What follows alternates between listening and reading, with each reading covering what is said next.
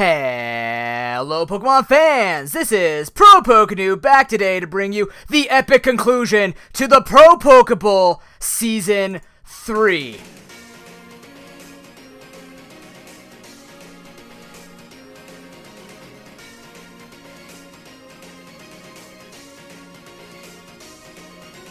That's right, ladies and gentlemen, I have brought back a YouTube goodie from the past. Thank you very much for joining me tonight. My name is ProPokeBowl, and we are finally finishing off, after 2-3 weeks of stalling, to see who is going to become the Season 3 champion. Thank you very much for joining me tonight. Let's get right into it. Let's take a look at the bracket quickly to see who is going to be vying for it. The top 4 right now, the Arizona Articunos, we up against the Houston Hawluchas after a tight and very close match between W. Wellington and Houston Hawluchas 2 weeks ago in a 3-2 fashion. We're looking at Fury to try and make a name for himself, knowing that he is a fantastic player, just hasn't put up the performance we thought he would get. So let's see if he can take down the first seed.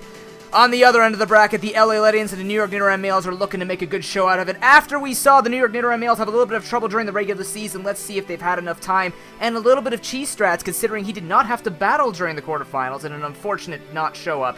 But let's see if hiding some of his strats will actually catch the LA Legends off guard, or knowing Diego, he will stay tough and he will take it on and finish it and get to the finals as cleanly as he possibly can. Tonight's going to be looking a little bit different. As you can see, first of all, I am looking fresh. I thought it'd be nice to dress up for the finals as well, but what we're also going to be doing is I've actually made some notes, and I'm trying to make some things going on. There's a quick flash of what it's looking like, so I've been trying to keep track of as many stats as possible. I took a look at the original match that Fury and Ivan did last week. Yeah, remember all those predictions I make? I'm sticking with it. I expect the Arizona Articunos to take Season 3, but let's see what they can show tonight. We are going to be starting off with the LA Legends and the New York Nidoran Males battling out in a best of 5. If you guys don't know how this works, it is a best of 5 format. Winner goes on to the finals. From last week, all 6 participants that entered into the playoffs were not allowed to change their team, so everything is set in stone. The advantage that the first and the second seed do get is that they are allowed to scout and see what they're going to try and plan out based on what they've brought into the semifinals. It's going to be very interesting, but of course, it wouldn't be anything unless we didn't show these special graphics. A very special thanks to Sweet D for making these wonderful graphics. Ladies and gentlemen, let's start it off with the New York Nidoran Males versus the LA Legends, courtesy of the LA Legends for these graphics. They also made another one for the other side of the bracket. This freaking looks great. No, the Scrubbington, this is my own. But either way, let's take a look at what we were expecting and what we are going to be looking at for tonight. It's going to be a very interesting one for us. Why is it doing that? Stop it. There's that mess up on the ProPokeBowl. When we saw these guys during the regular season, the LA Legends took a hearty 2-0 against the New York Nidoran Males, but there's a little bit things that have changed now. If we take a look at when they battled, there have been a lot of changes to the roster, and I think the New York Nidoran Males have made a giant change in their roster picking from the week 3 or 4 they battled. I can't remember when they battled.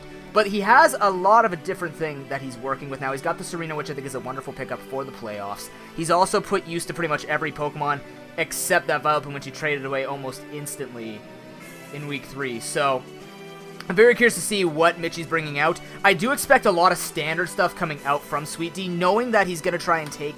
He's basically, what I'm expecting is he's predicting Scrubbington to go to the finals, so I would expect most of it to be catered towards that. But like I said, there's a giant advantage here given to Mitchie, knowing that he was able to hide all of his sets during his quarterfinals. So he might have the leg up on that. However, we did point out that playoff top 3 weakness when we look at it. 8 Pokemon weak to Ice, 4 Pokemon weak to Electric. Bolt Beam weakness very much throbbing out there. If that gets anywhere near Scrubbington or even Fury in a finals matchup, that becomes very foreboding for him. But we'll have to see if Diego can even pick on it for sure. But I do expect, if this is going to go anything like it, it is defense versus hazards, and hazards went out last time. However, this time I do feel like Mitchie will be a little bit more prepared. So when these two gentlemen are ready to battle, we will get right into this. Thank you very much for all of you who have been enjoying the season so far. If you guys have been enjoying the playbacks, and I've been doing the rebroadcasts for the EU brethren of my stream,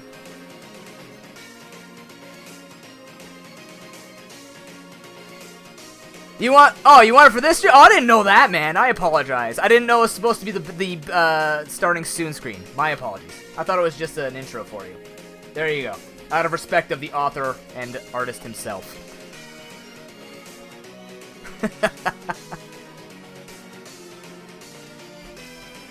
But yes, for all of you who have been supporting the stream, thank you very much, whether you supported off-stream or on-stream, or just by asking and being curious and coming in and giving shout-outs and support to all of the players. I very do much appreciate each and every one of you. You are the guys that are keeping this alive. And like I said, this is a super important thing to me for the playoffs and just for the channel in itself. So let's see if we can name the rightful champion in Season 3. With the LA Legends starting up against the New York Nidoran Males.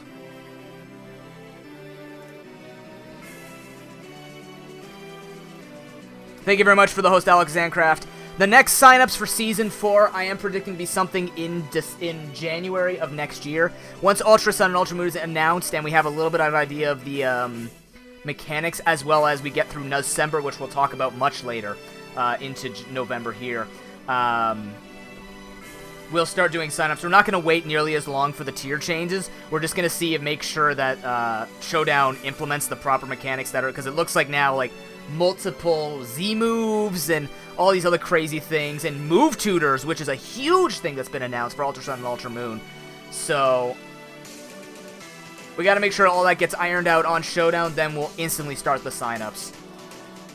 Truly a classic to this channel, whether we play Showdown religiously or not.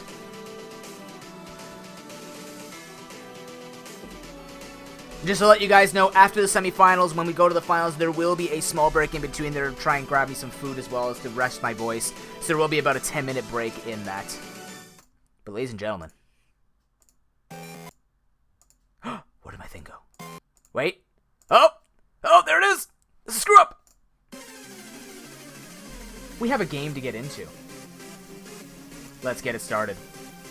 It is the LA Legends versus the New York Nidoran Males in the first semifinals of the night. New York Nidoran Males on the close side, the LA Legends on the far side. Let's see what we can get going on here. Let's take a look at the teams. As expected, we did say that we have a very popular rapid spinner that has been picked up in the form of Serena for the New York Nidoran Males.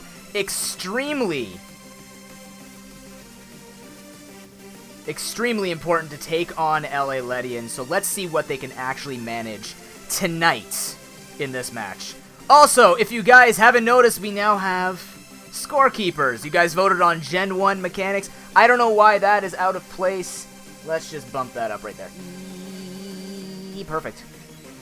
It is going to be the Staraptor versus the Hippowdon lead. Let's see what's actually going to be going on here. So Diego does have, on the side of the far side there, he does have that Pseudo Sandcore working with the Lycanroc. We do see a U-turn come out on to the Cofagrigus being that defensive wall to just be able to take out anything, but Mitchie realizing that he's not going to get any work done against the Hippowdon or any of those defensive Pokemon except Chestnut, he's just going to opt for the switch, and he's going to go straight into the Registeel, sees that this could be a good opportunity for him to go for the Stealth Rocks, or maybe even something like a Toxic. He does end up going for the Stealth Rocks, as we see an exchange with the Will-O-Wisp. Burning that Registeel is the best thing that Diego can get, even though the burn damage has been nerfed in 7th Gen. It does allow him to at least get the chip damage and nullify leftovers without needing knockoff per se. He is going to go for the Seismic Toss as we see the Hippowdon come back in. Hippowdon most likely is carrying that Slack off, so we'll have to see what the switch is going to be in for this Hippowdon. It is actually going to be Serena as the Stealth Rocks come in. Now, a nice thing about Serena here is it threatens both a Grass Stab as well as that Rapid Spin. So I'm very curious to see what's going to be going on. Yes, Alex Zamcraft, we'll talk about that on Discord. Hit me up there and then we'll talk about that, because I do need people for both day and night still. Night is looking a little busy, but right now, we're talking about this right here, right now. So I do feel like Serena could threaten with a Trope Kick. There is Chestnut and Alolan Muck on the side of the LA Legends. I believe this thing also learns Jump Kick, so this could have some good coverage that would take on the Legends team right now pretty well. But the Cofagrigus also has the Mummy ability, and if I do recall, this thing does get Leaf Guard. I don't think it's going to help it. I forget what Queenly Majesty does. Does that nullify priority? I can't remember exactly. But either way, a Trope Kick is actually going to come through as Spook MC comes in, takes out the ability. We did see that it lost Queenly Majesty and gained Mummy. But this also means that he can't go for the spin, so Mitchie's going to have to make the switch. He does end up going back into the Registeals. We actually see the Shadow Ball come out. Now, sometimes we do see Hex coming out from the side of a Cofagrigus because it's defensive. Usually likes to get the status down, but we are going to see Shadow Ball this time. So definitely looking for any type of additional damage on particular Pokemon that we just can't name right now. But the Toxic is going to come out, does cast a Chestnut. So New York Nidoran males so far already having a better time getting some crippling down onto the walls of the LA Ledians. We do see the Spikes come out. Now, here's the scary part, right? Spike Shield comes in. If the Rapid Spin does come through, there are some issues, but we actually see Aromatherapy come out. Very well played by the New York Nidoran males, actually predicting the Spiky Shield. And the nice thing here is, eventually this thing is going to have to feel threatened because it's going to be losing damage to Toxic, but we do see the Rocky Helmet on the chest now as the Spikes are going to come through. Now, it becomes dangerous because Cofagrigus is still here. We could just see something like the Cofagrigus come out now, keeping this alive. Although Diego could just go for something like the Spiky Shield and stop the Rapid Spin from actually working. As we actually see Dragalge come in, takes a bunch of damage as the Drain Punch is going to come through, do next to no damage. That might be enough HP to live. It looks like it's not, as it is going to be taken out. So is my face. We will see the Lycanroc come in now stock without the Sand. This will outspeed. It probably will threaten with something like an Earthquake.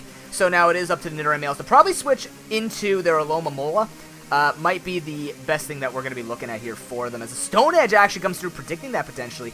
As a Draco is fired off. Well played by the Nidoran males. Take out that Lycanroc so that Sand Sweeper is gone. And if you look at the side of the LA Ledians, this is what we talked about. And this is what we found to be a potential weakness that could be exploited for Sweet D, is his offense is not that high. He is extremely defensive and doesn't have the same pressure he had in the Celebrity Edition season, whereas Pokemon were both defensive and had offensive capabilities. Now we're going to have to see something like maybe a Calm Mind, Cresselia, or Alolan Muck trying to get the damage off, but at this point, sweeping potential is significantly lowered with that Draco Meteor play. Well read by Mitchie. We are going to see a switch from the Powdon back into the Cofagrigus. This is a standard move. As the Synthesis comes out, we see, though, almost the entire moveset on this. It does make me question whether or not he has the Rapid Spin, but it definitely looks like this could be more of a utility-based Pokemon, as this might be what it runs. I don't see Serena very often, so I don't know why I don't. But that Pain Split does next to nothing. In fact, actually, Cofagrigus lost a %. Advantage, Mitchie. Anyways, we do see the Toxic come out. Cofagrigus is getting worn down as the Willows does come back out, but this definitely favors the Nidoran males. This is looking dire for the LA Ledians. Losing that pressure, I have to assume that Cresselia is going to bring some kind of offensive power here. But Alolan Muck still does exist as the Toxic. The Double Toxic's not going to work. Well read by the LA Ledians. Is going to prevent any more of that spreading onto something like a Cresselia. Not that it can do anything right now, but the knockoff's going to come through. This is going to be great for Diego. Try and get that Registeel in a position where it's going to die to the layers of spikes plus the rocks. So that will actually threaten this thing to either stay in or it's going to become death fodder. But currently it is 5-4 for the Nidoran males, looking much fresher, with even something that threatens those hazards. And that knockoff is unfortunate because it's just extra damage coming out onto the Alolan Muck. Unfortunate for the side of the LA Ledians, but let's see what he's got now. We see Boy Wild Chase coming in. Staraptor can just threaten with Brave Bird here. Everything is not going to appreciate the hit. Even U-Turn will do a bunch of damage here since it's neutral onto the Alolan Muck. Let's see what they're going to be going through here. At this point, if I look at the Nidoran males, we haven't even seen Manectric come through and do anything yet. It hasn't even Mega Evolved, so he still has that Intimidate that can come out, but we do have to note that this does not have Intimidate, it has Reckless instead. So Staraptor opting for the extra damage. I kind of like this choice. This is both for the offensive prowess that the Ottawa Centers could have brought out, but I'm also liking the fact this is just doing much more damage to the side of the LA Ledians. And that Brave Bird's going to go through to so much damage, but just barely misses the kill. As the Brave Bird is going to come through yet again, most likely a Choice Band. As that is just doing so much, and that Hippowdon didn't even stand a chance to take a hit and go for Slack Off. But I do predict that if it was going to do something like that, I assume the Sand was just coming up, get a bunch of recoil damage down, because with great power comes great recoil, and that Mummy is actually going to help out a little bit, as I think he actually takes less damage as a result of Mummy helping him. But now Cresselia does come in. The nice thing here is Cresselia's not going to take nearly as much damage because Reckless is gone from the Staraptor. So now Staraptor is not going to be doing nearly much. If it is Choice Band, he's just going to keep spamming the Brave Bird, trying to get as much damage as possible here. But I do think the LA Ledians are pretty much looking at defeat here. Look how much damage that does. That has to be banded as Ice Beam does come out. It's looking good for the Nidoran male, saying no 3-0 this time. No dropping a game to the Ledians, and as he is looking prime ready to go, as we see that Lunar Dance comes through, denies the Rapid Spin, which is great, but that Alola Muck is still looking to sweep here. It's going to get all its health back. At this point, we do see the Rapid Spin come out. We've seen the full moveset on this, as Poison Jab's not even going to kill this thing off, but it does get the Poison. As Poison Touch, I don't think mattered there, because I don't know if it gives it a second chance to Poison with Poison Jab, but Shadow Sneak is denied! Oh, it was the ability that we did call. It does prevent priority, as now Manectric can come in. Takes a little bit extra damage. A little means a lot when it's 2-1. And ladies and gentlemen, the Mega Manectric says, let's do as much as possible. Actually ends up going for the Volt Switch, is very little, believe it or not. If this thing has, like, Drain Punch, it could heal up a bit. But the Alomola will be able to tank a lot of these hits, as Poison Jab will come through. It does nothing! Nothing. He can just try and go for Scald Burns here and stall him out. Ladies and gentlemen, third seed representing the knockoff does nothing. Oh my god, luckily he gets the Poison Touch, but that is the only touching point that he has, getting closer to the playoff finals, as New York Nidoran males are going to do enough damage to bring it to the point where a Thunderbolt, most likely coming out of that Mega Manectric, is going to finish this off. GG. What a phenomenal game. Truly impressive. He's not getting the burn yet, but so far we're not seeing anything heal up this Poison Thug, so this is definitely going to bring it to the point. Shadow Sneak is going to go through. All the LA Ladians have to hope is it's not enough damage. He gets like some mega crit, but look at the attack drops. -3 at this point, and ladies and gentlemen, the New York Nidoran males go up 1-0.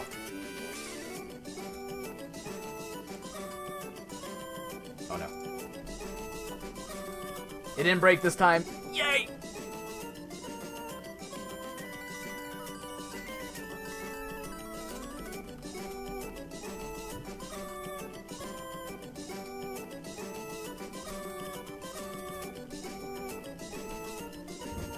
Phenomenal play coming out of the New York Nidoran males. I'm really a big fan of what was happening there, where it definitely seems like I think Serena was the answer. Like, just having a threat even to those hazards has got Diego's number, right? Like we said, we talked about this. You look at the New York Nidoran males, they are all defense, but they have these offensive powers. The Staraptor, the Crocodile, right? Which we pinned to be both for LA Ledians and the Arizona Articunos. You know, like all these offensive Pokemon, and then he has the utility now coming out with Serena. That set is going to eradicate what the LA Ledians are relying on. I do think that that play against the Lycanroc did wonders for the likes of Mitchie. So I think we have to see Diego bring a little more offense. I think something like maybe a Hitmonchan or something else that's just going to bring more power and doesn't just rely on a Lycanroc sweep or just like a Alolan Muck weakening. Because if the hazard's going to be handled like that and Serena's going to have damage and it's just going to be like constantly forcing Sweetie to think about how to make his defensive mons work, if it's a stall race, we've already said Mitchie's going to win. Right? New York Nidoran males win a stall war. We've seen it multiple times, right? He's got to bring offense. Hawlucha makes sense. I like that call for Scarlet. We might see the Kingdra. Like, we got to see something that's going to break through that Alomomola. -2 attack plus the Alomomola means that any offensive physical Pokemon is going to do absolutely nothing. So we really need to see a drastic change out of the LA Ledians, because I think the New York Nidoran males came in with this with a game plan, and what a game plan. That was extremely, extremely well played and well prepared. Now, having said this, though, we never count out Sweet D. This man is the king of adaptation. We've seen him come back from losses like that and just absolutely destroy in subsequent games. So that's what makes this the most exciting thing for me, is the very fact that, I mean, we never count out Sweet D. We never count out Diego. This man knows what to do. And with something like that, it also makes me think, like, just looking at what we are seeing out of the side of the New York Nidoran males, these movesets look like it wouldn't even have, like, what we've seen from the movesets. Looks like it would have handled the Ottawa Centrets as well, just being able to do that much damage, and as a result, like, being able to have control, and just, you know, throw in that Draco Meteor, like Dragalge just sitting there, being a giant wall, but at the same time, you know, just threatens. And that's what we're looking to find from this. But now, we have to update the graphic. Here we go, ladies and gentlemen. They are starting, and what a freaking prediction. What just happened? Well, that's already a start. As we already see, turn 1, an Overheat coming out against the Chestnut lead. There we go. I have to scooch all those up. No problem, we're good. As we can pretty much catch up. Obviously, Diego predicting a Volt Switch or something, but the straight Overheat comes through. That's a lot of pressure. Let's see if there's anything changing. We actually see the Hawlucha and the Zapdos come in this time. And on the side of the Nidoran males, he actually brings up the Minior and the Crocodile. So interesting that they've actually opted. Oddly enough, we've seen... This looks like it has Moxie. It has Intimidate. What am I saying? Oh, right. Mega Manectric, yeah. Okay, that adds up. No, it doesn't. What? Right, he got the Intimidate on the Chestnut. We're one turn behind. No big deal. Either way, the knockup's going to come out on that Hippowdon, as the Minior is actually going to come in. Now, Stealth Rock does come through, so this helps the Minior not have to take all that extra damage. That might make me think it has something like a Focus Sash if he's doing this type of thing, but we do see it restore, and is White Herb instead, but the Whirlwind! Ooh! A bit antsy there, honestly, from the Nidoran males. The Stealth Rocks were up. He's not going to be able to Shell Smash, and well played by the LA Legends, having that prepared. But he's not going to fall for that. I like this Poison as Toxic Spikes play after the Alolan Muck comes in. So, both working out in different ways. Diego actually wasting the White Herb, whereas Mitchie has wasted, or has gotten a layer of Toxic Spikes through. This will hurt the Lycanroc. That's all it's going to hurt. It's also going to hurt the Hippowdon. So if either of those come in before we have another switch into that Alolan Muck, it will actually do more damage. When you have sweeping Pokemon, you want the one layer of Toxic Spikes up, because on average it will do more damage if they have something like Life Orb, or just something that sort of do more damage on average, especially if you're playing walls that are going to make them want to switch out. So Toxic damage actually doesn't work nearly as well against sweepers, unless you're looking for like a Shell Smasher who is looking to clean up. So early game, I'm liking this play. That Pursuit does come out. As actually we see the Seismic Toss come through on the LA Ledians. He is going to make the switch now into the Powdon, as we've already seen that I think the Toxic Spikes got removed? Why am I blind? Yeah, we saw him already switch with Volt Switch, go back into it. Wow, I was drinking. My bad, guys. The Toxic does come out now on the Powdon as the Earthquake comes through. Does take out the Registeel. This is actually good for the LA Ledians. This Registeel stalled for a lot of time. He got a lot of damage out on the Alolan Muck last time. So now he's able to get it through. It sucks that he gets the Toxic on him, but it does work out for both of them in a sense. But the thing is, if you have the Staraptor coming in here, we know it's got Reckless. This thing's gonna hurt. That Cresselia was even taken out. I like this choice of the Zapdos, though, because now you see it's gonna be able to take the hit. But the freaking Double Edge one-shots! Unreal damage coming out of this Reckless Star. This is Choice Band Reckless Staraptor representing. Is it even adamant? I don't even know if it's adamant, but that, like, based on the damage from Cresselia, I gotta say, if that was a defensive Cresselia and it was switched to Zapdos to take the hit better, I don't know. But having said that, we do see the Power Herb come out, and it does outspeed, so it is going to be able to take out that thing. Actually, if the Hawlucha outspeeds, Hawlucha does, I think, have... Does it have more speed? If it has more speed, then that would make sense that the Staraptor is adamant, but if it has less speed, then that's a jolly if that's a jolly one. Oh my god, it oh my god! That's unbelievable. The 1% Minior survival. Shadow Sneak to assert authority. We actually don't even see the Serena coming out in this game. That's something to take note of. He actually brings just more offense, and Diego is scrambling. This is interesting. However, he does have that Sand Sweep. He does have the Lycanroc in a better position this time. It hasn't taken any damage, so Status Sheet stuff comes through. I'm assuming he just wants to get as much damage as he possibly can, knowing he's going to be outsped anyways. But he's just going to try and get as much chip damage as possible, sets up the Sand, and he will actually be able to outspeed the rest and maybe kill. It depends on how much damage he can maybe get done to this. If he gets a lot of damage on this thing, that might actually be enough for the Lycanroc to take game 2. Interesting. Diego planning out. Again, Lycanroc was not taken out. This is his offensive win. I almost feel like maybe if he had gone for Slack Off, he could have gotten more damage on us and guaranteed this, but we'll have to see now. Can an Earthquake or something like a Rock Climber, any type of... No, it wouldn't have to be that. It'd be Brick Break. Right, this thing gets Brick Break. It's faster. We're going to have to see if the -1's going to save him. But at this point, Sand Rush is looking like it could just take him a game 2. The Z move! Continental Crush. One-shots the Mega Manectric. And like we said, Diego can never be counted out. That game happened so quickly, we can't even talk about what just happened. Because that's how fast it's actually turned around. But here's the thing, right? Diego needed offense, and this time we see the Lycanroc get through, and that's going to do it. If it's going to be enough damage with an Earthquake, if this thing is carrying Earthquake, it's got to be carrying Earthquake. It went from into Crush. That's the Rock move, so we'll see. Can it do enough damage? Otherwise, Draco will kill for sure. Depends on how defensive this Dragalge is as well. This could be actually still the terrifying. We're saying this thing's going to sweep, but it's not a Life Orb. It's a Z Crystal on this thing, so...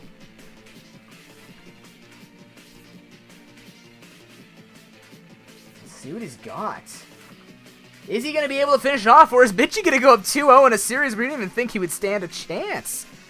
Except with that Serena pick, where we see that it would just be better.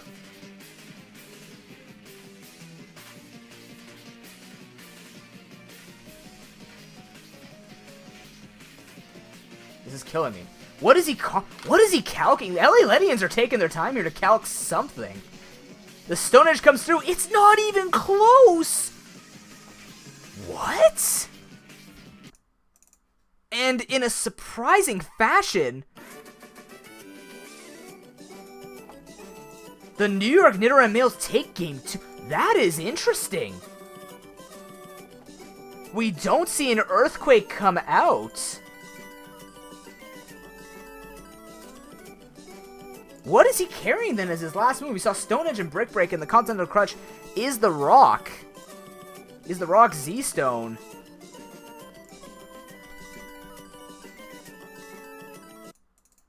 That's...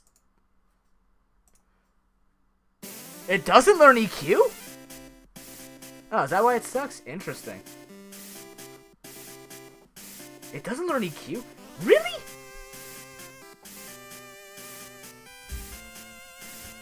Let's check this. What does it learn? Really? Do either forms learn it?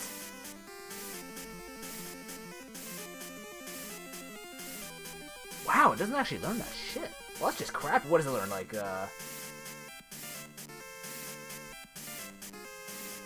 Unbelievable. Fuck. This Pokemon sucks. It doesn't learn any ground moves. That would explain why it doesn't do anything. Okay. Other than sweep with those two moves. Alright, well... A crit there would have killed, but... My mistake. I thought this thing got Earthquake. It seemed like a baby Excadrill to me, but I guess not. Alrighty then. Well, either way, though, whatever move that wasn't Earthquake that I thought was Earthquake that can't be Earthquake didn't come through. And Nidoran males are up 2-0 already. That's, I don't know. That is interesting then, because... What does he have? What does he have for it then? Like, what is it? If that's not the sweep, and we don't see Hawlucha do any work, that it didn't do enough work, and the Nidoran males are getting away with offense, what possibly can the LA Ledians do at this point? Because that's looking kind of terrifying in that case. But, hey, you know what? Good on Nidoran males, because they're getting right into the third battle.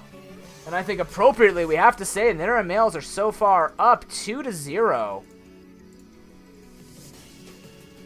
What on earth is he going to be bringing this time? This is just interesting because the LA Ledians are just bringing out different things, and I don't know. Now they've got the Hitmonchan to fix it and compensate for the fact that we've lost the Zapdos because Double Edge is going to kill it after Rocks anyways. But now the Staraptor does lead, so the Nidoran males are actually in a good spot here already, with just threatening with that Choice Band Reckless Shot.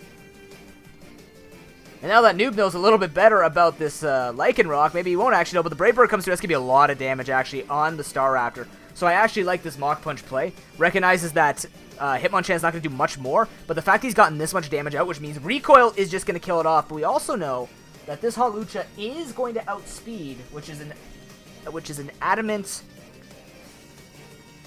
Excuse me, an Adamant Staraptor. Here we go, though. Hawlucha versus Dragalge. We've seen this before. Dragalge is just that solid rock with its Black Sludge and its Draco Meteors. Oddly enough, when we do see the Lycanroc, by the way, we have to note that Scald was not used. We didn't actually see Scald, so we don't know if this thing has the Scald or not. But even in this, maybe he calculated in the sand that it wouldn't do enough damage to kill with, but... Either way, we do see the Swords Dance come out as the Draco is fired off. It is not actually enough damage. Ooh, okay. Knowing some damage calcs on the side of the LA Ledians, threatens with a +2. Now, all of a sudden, this thing's going to be taking a bunch of damage. That Power Herb has not been used up yet. So let's see what he's actually got for this. It is Power Herb, so it's not going to be dying to Life Orb Recall. Sky Attack comes through, that's +2, that's dead. Dragalge cannot live that. Not even the sturdiest of neutral hits can live a shot like that from the Hawlucha. And now Unburden is also activated. So +2 attack, double the speed. As Intimidate does come through, he's going to try and just neuter the blow slightly. But Acrobatics is active at +1. This is going to hurt. And one thing we do see from the side of New York Era Males is a lack of priority. We pointed this out before, so he's just trying to get as many Intimidate drops as possible on the Hawlucha. Now he's going to get down. He sacrifices the Registeel, which is also actually not going to help him except for something against the likes of the Alolan Muck. But either way, though, the knockoff is enough to kill. Sweet D does take that risk, tries to go for the Swords Dance, and knows that he might as well try and do it as best he can in case there is some kind of weird switch. But the Chestnut can come in now. It is 4-4. The offense has actually done a little bit of work early game. Has taken out that Dragalge, and this has given Sweet D a lot of problems. And since Lycanroc doesn't get that Earthquake, like I foolishly thought it did, it's actually going to be a lot better for it to try and sweep now. Drain Punch comes through. That's a lot of damage Manectric has to take. It doesn't have the Mega Evolution up yet to get the Intimidate drop on that Chestnut, so that's going to just be a bunch of damage. But now the Mega Manectric comes in. Does go for the Overheat, so better time for LA Ledians this time, and that's going to be a -2 Volt Switch hitting, doing absolutely nothing. That's probably an Assault Vest Alolan Muck as we've always seen. And based on the damage it's taking, probably. As the Crocodile's now going to come in and get the -2 on this. Knockoff does come through. It is going to knock off a Choice Scarf on that Crocodile, which would actually explain why it outsped... Oh no, it didn't outspeed the thing, because it was double the speed. Right. It's only 1.5 times speed with the Choice. I'm smart. Earthquake comes out on that Spike Dog. It does absolutely nothing. Chestnut excels at blocking these types of Pokemon. We did say that Crocodile was a good Pokemon in the pre-show for the New York Dinner Males to use against the LA Ledians. Barring this Pokemon, he's actually going to get the Rocky Helmet knocked off, but he does take a little bit of damage. That Drain Punch is going to do... Oh my god! Tight living yet again on the edge. Crocodile is going to live with the 1%. This is actually not bad because there are no rocks up, and he does have this Intimidate option, or just even Death Flutter option, if he feels like he needs to put it against that Lycanroc again. But he opts to just keep it in. Fought it off as the spikes are being set up. This is bad now. Serena does come back in, but we do see a lot of these spikes are going to be coming through, and this is really good for the LA Ledians because it does mean that everything's going to be taking 25% here. Actually, only 19%. He only opts to set up 2 layers of spikes to kill this thing off. Serena can clear this out, but it might give an opportunity for other things to come in and try and set up something like a Hippowdon coming in to get that Lycanroc ready to go. A Spiky Shield's going to come in. The Brave Bird comes through. That's going to be a lot of damage coming out from the Spiky Shield, but it's just more damage. He could try and risk and go for a double to try and get more damage on this. At this point, though, whatever it hits, it's going to die, and it will be that Hippowdon as Brave Bird comes through. Does a bunch of damage. Doesn't kill it off, but does 2/3, which is good for him. But the nice thing here is it's 4-2, and the LA Ledians are looking prime and ready to sweep with that Lycanroc. But it does mean he has to get rid of the spikes. This thing's at 53%. Doesn't even matter at this point. Chestnut's going to come in. Trop Kick can't do anything. We've seen the whole moveset of this. Manectric cannot play around enough with a -2 special attack to sweep it out. This is the LA Ledians game. What looked bad at first for looking like a 3-0, he does go for the Rapid Spin. The Drain Punch comes through. It's just going to be able to heal off. There's not going to be enough damage coming out on this thing because you still have the Alolan Muck and the Hippowdon that this Mega Manectric has to get through. And Lycanroc's going to outspeed. And if Sand does any damage to it, I'm pretty sure it dies to a Continental Crush. Pretty sure, man. See you later, Alakazam. Thanks for coming out, man. Drain Punch is going to come through. He's just trying to keep it healthy as much as possible. It gets more and more damage out on this Serena. And the worst part here is Sandstorm actually reduces the healing of Synthesis. As Synthesis does come out, predict that Spiky Shield. Well played by the Nidorai males. And, well, like I say, it doesn't get as much healing, but he's still healed, so it's not too bad. We do see these attack drops as the spikes are yet again set up.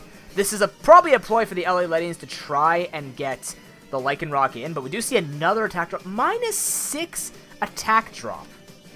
on this guy as the HP Ice is going to come through. Does take a layer of spikes as 2 layers are now set up. We could see, well, the Hippowdon's going to come back and set up the sand, and then we're just going to see Lycanroc come in and try and finish off the Continental Crush, or with anything else it's just going to go for. We do see Stone Edge. Stone Edge could miss. Trope Kick could do something, but the problem is the Alolan Muck is still pretty healthy here, so...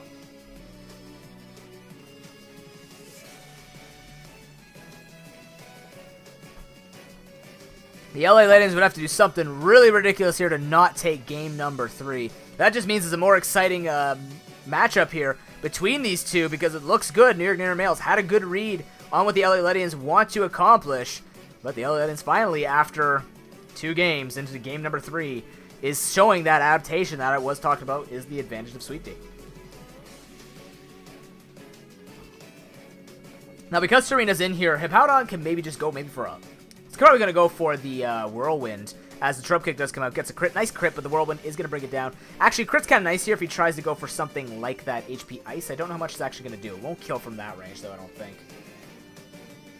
Yeah, it doesn't kill from that range. The crit was nice, but at this point, the sand and everything, it would be Serena versus the world. That little Muck is just going to clean up. But Serena can come back in. Maybe go for something like the Rapid Spin to try and keep Mega Manectric alive, and then keep threatening with the Drop Kick. But I feel like this could be the Lycanroc switch, and it wasn't. As the Whirlwind actually comes out, and, well, this thing's dragged out, but there's no sand hitting it, so this is okay for the Nidoran males. As he's going to make the switch down to Serena, we see the Earthquake come through. It does nothing because of the -5 attack drop. So, do we see the Alolan Muck come in here, try and soak it up to get the sand going?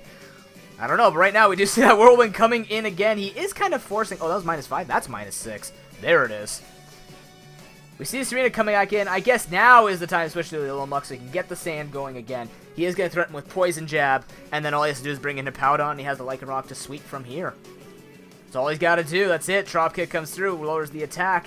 Poison Jab comes through, gets a crit, says screw your attack drops.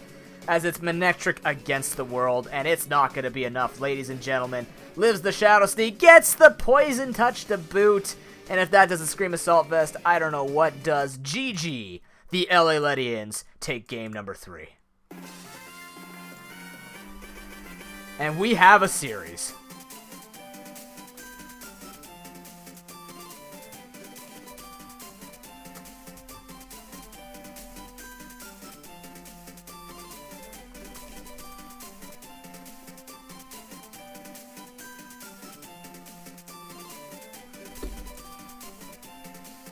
And at this point, if that's going to be the way that he is going to be able to play it out for the, why we keep playing that music? If that's going to be the way that it's going to play out, the New York Nitter Males need to go back to what worked before, right? We saw this denial of the hazards, right? But then again, I think it's more on the side of the LA Legends. They've actually made better adaptations to what defensive core he wants. And as a result, is able to actually stop the Nitter Males' offense properly now, on top of the fact still get those hazards. Like, look how many hazards are still being played. Mitchie's not getting out there in the right moments to get that Serena to go for the Rapid Spin. And part of it's that Alolan Muck. And if you look at the Nidoran males have anything to kill off that Muck, well, Staraptor could do is just going to take a bunch of damage, and it's doing such a great job of killing other things off. Maybe that is the end. Maybe the Crocodile is needed to stay alive to kill off that Alolan Muck. So that might just be the thing that's going on here. And, you know, most people would try and think and go, hey, you know what? We want to try and think this through and battle. But instead, they're doing their battles anyway. So here we go. Game number 4, ladies and gentlemen.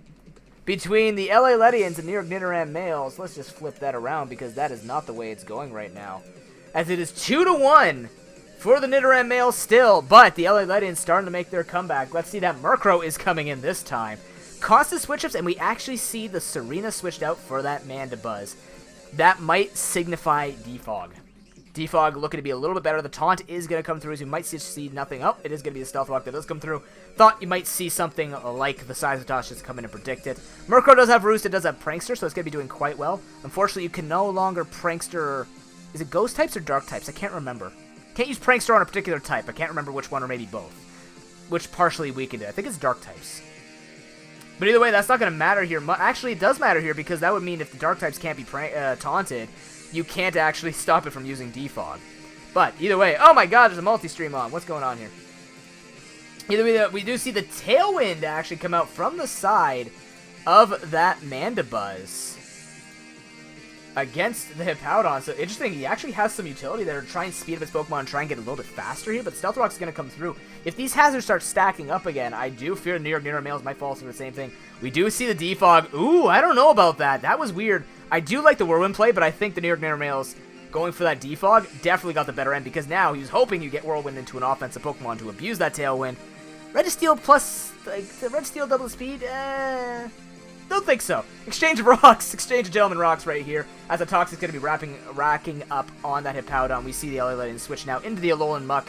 Any damage on this thing is good damage, as we don't see that Cresselia coming in. And this is the important Pokemon that's been stopping things, but now we do see the Crocodile, which is the answer to this. But luckily for the Nidoran males, they don't have to worry about the Serena getting wrecked here. What he does have to worry about is Poison Touch putting in work against him. And as a result, getting this thing down, plus getting his Choice Band off as a knockoff, is going to come through, gets rid of that Rocky Helmet for later, which is going to help that Staraptor do a bunch more damage later on. Let's see what's going to be going on here. The Manadaz does come in as the Drain Punch comes through. He's going to be getting a little bit of health back, but like we said, if this thing has Foul Play or Brave Bird or something like that, it's not going to be taking Rocky Helmet damage. This thing can stay nice and healthy while it hasn't been knocked off. So hopefully we'll see this thing do some more work. The Defog has been revealed, and this has been doing a lot more damage for him. As the Lycanroc comes in, we see a Roost come through. So we know that Continental Crush might be used here to one-shot, but I do like the Continental Crush being safe for something like the Mega Man or for that Dragalge. But we do see the Intimidate come through. SD comes out instead, +1 attack. Doesn't have the speed, but he's got a fair amount of speed on his own anyways. I think it's 108 speed or something like that. He's pretty fast. 112 maybe? Registeel is now going to come in. Brick Break comes through. That just makes sense. The Brick Break is now going to come through. But again, it's a Z-Stone, so it's not going to be taking residual damage. This does make most sense to sack off. But instead, he is going to use a Crocodile to try and get the attack drops there. Diego might have gone for something along the lines of an SD if he had read that. But instead, loses all his attack. Manectric feels a lot safer coming in here, threatening with a Volt Switch. Just try and get some extra damage off on this Lycanroc. I feel like, I don't know if Thunderbolt would kill. I know Lycanroc doesn't have the greatest defenses, so I don't know if Thunderbolt actually kills from that range. But Diego, regardless, doesn't want to take the hit. The Aleutian switch into the Powdon. Mega Man comes out, will deny the Volt Switch. And now he'll be able to actually get some Whirlwinding going on here. So now it's interesting. I think he has to switch to not risk that Earthquake play by the Aleutians. But Whirlwind basically means that two Pokemon are going to be taking Stealth Rock damage as the Manabuzz does come in and the Whirlwind does come out. Safe play for the Aleutians as the Dragalge is actually dragged in here. So good damage on the Dragalge means that it's going to be keeping this thing at bay and make sure it's not too healthy where it can't be taken out. Draco's done a lot of work on it. One Pokemon has dropped in 18 turns. This is much different from the other 3 matches we've had so far in this semifinal match. As the Earthquake is going to come in, the Hippowdon does take it out. But that's a lot of toxic damage coming through now. At this point, slacking off is not going to be in his best interest as his health is almost going to be around the same. He'll have a little bit more gain in the end, but I don't think it's going to work out well for him as the Manabuzz can come in now, so if he does want to go for the Whirlwind or something like that, I feel like Defog could come out here.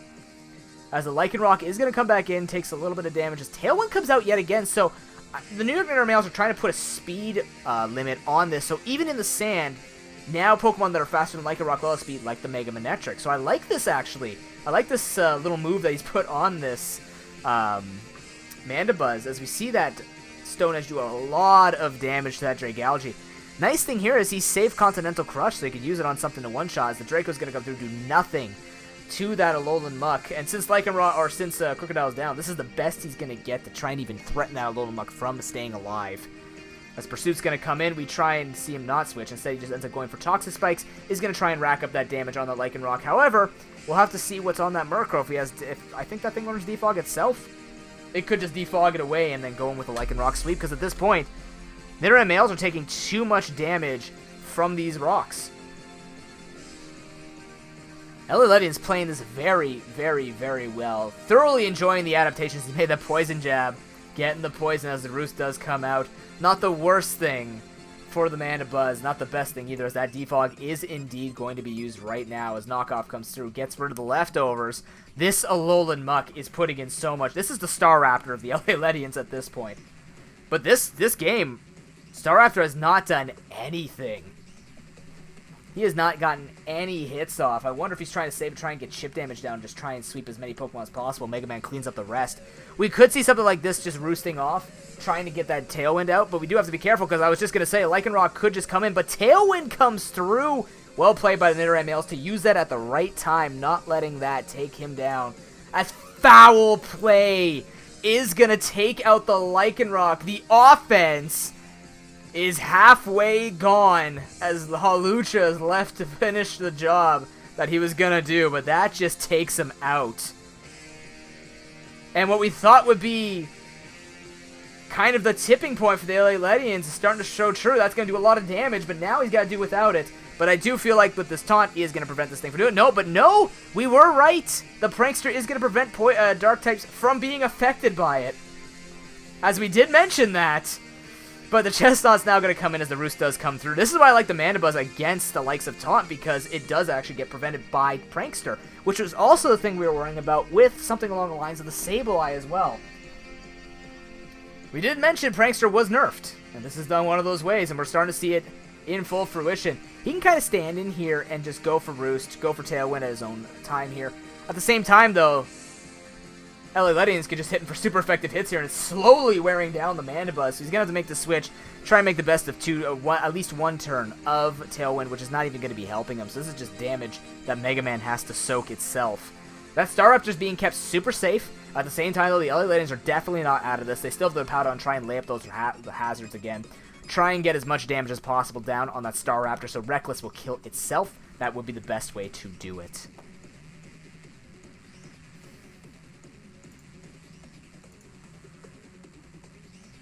It is 2-1 right now. New York Nidoran males versus the LA Ledians, looking to get into the finals as we see the Overheat fired off against this Hippowdon. Sand plus potential hazards coming out from this. I think that -2 will stop it from dying, barring a crit from an HP Ice, which means that Stealth Rocks plus the Sand will do a lot of damage if that Staraptor comes out anytime soon. And if it doesn't, that Hawlucha is looking prime, especially if there are no Tailwinds coming through. But Mitchie knows he has to switch out. He has to heal up his Mandibuzz, and he has to get the Tailwind up in order for him to handle the rest of the LA Ledians. This is looking good for the LA Ledians. He's got him pinned. He knows that there have to be particular plays that Mitch is going to have to take a risk at this point to try and get his offensive Pokemon to win. The Tailwind does come out now. It is going to take a bunch of damage on that Mandibuzz, but it does have Overcoat, so only be taking damage from the poison. As that Drain Punch comes through, it doesn't matter for that Chestnut. It's going to keep healing up here, and that Mandibuzz is just getting slowly beat in, and this wastes turns of Tailwind. So this Chestnut right now is preventing, because the Chestnut, basically what we're looking at here is the Tailwind is going to be helping for that Hawlucha. That's what he needs, right? Everything else is slow. But that's why we see his Mandibuzz being so heavily favored to be kept alive, because... Oh!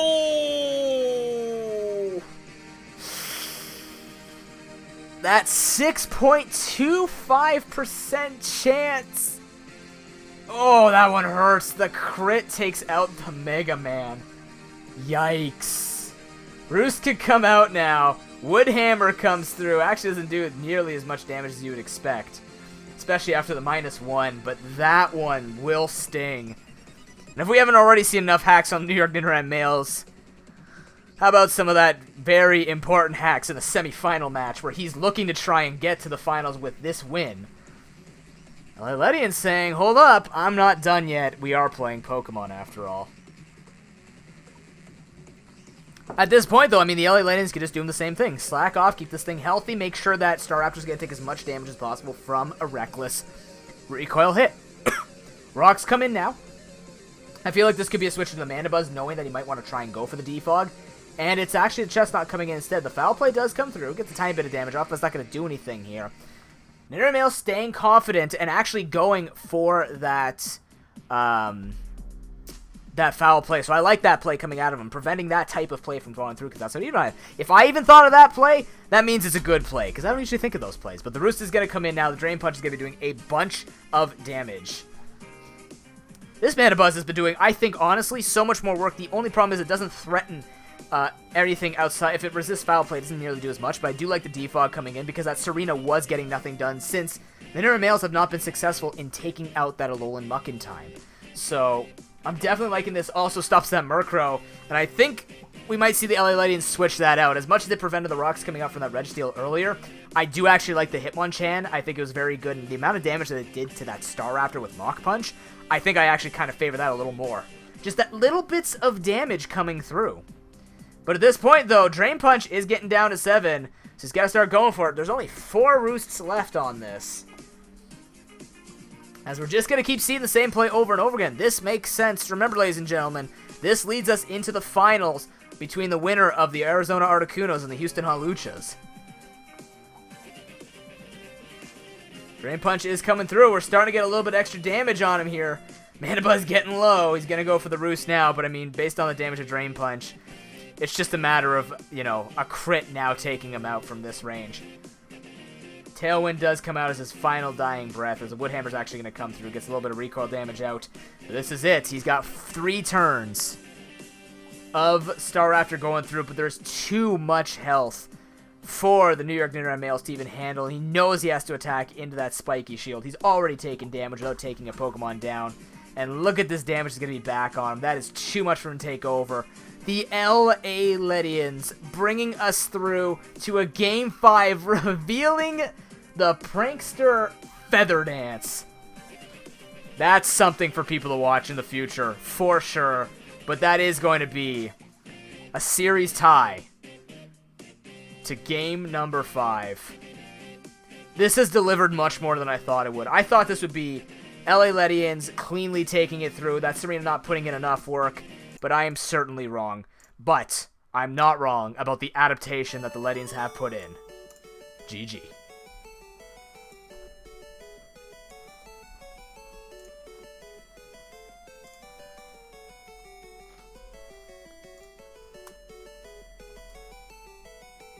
And if I'm on the other side of the bracket, if I'm Inert Fury or Lord Scrubbington, you gotta look at this match and you gotta go, how many notes can I possibly take? Because the only disadvantage with these types of series is you have to reveal so much, right? We now know there's that Prankster Feather Dance on the Murkrow. We now know on the side of Mitchie that he has his Mandibuzz that has the Foul Play and the Tailwind, right? Like, these moves you just don't expect to pop up a lot.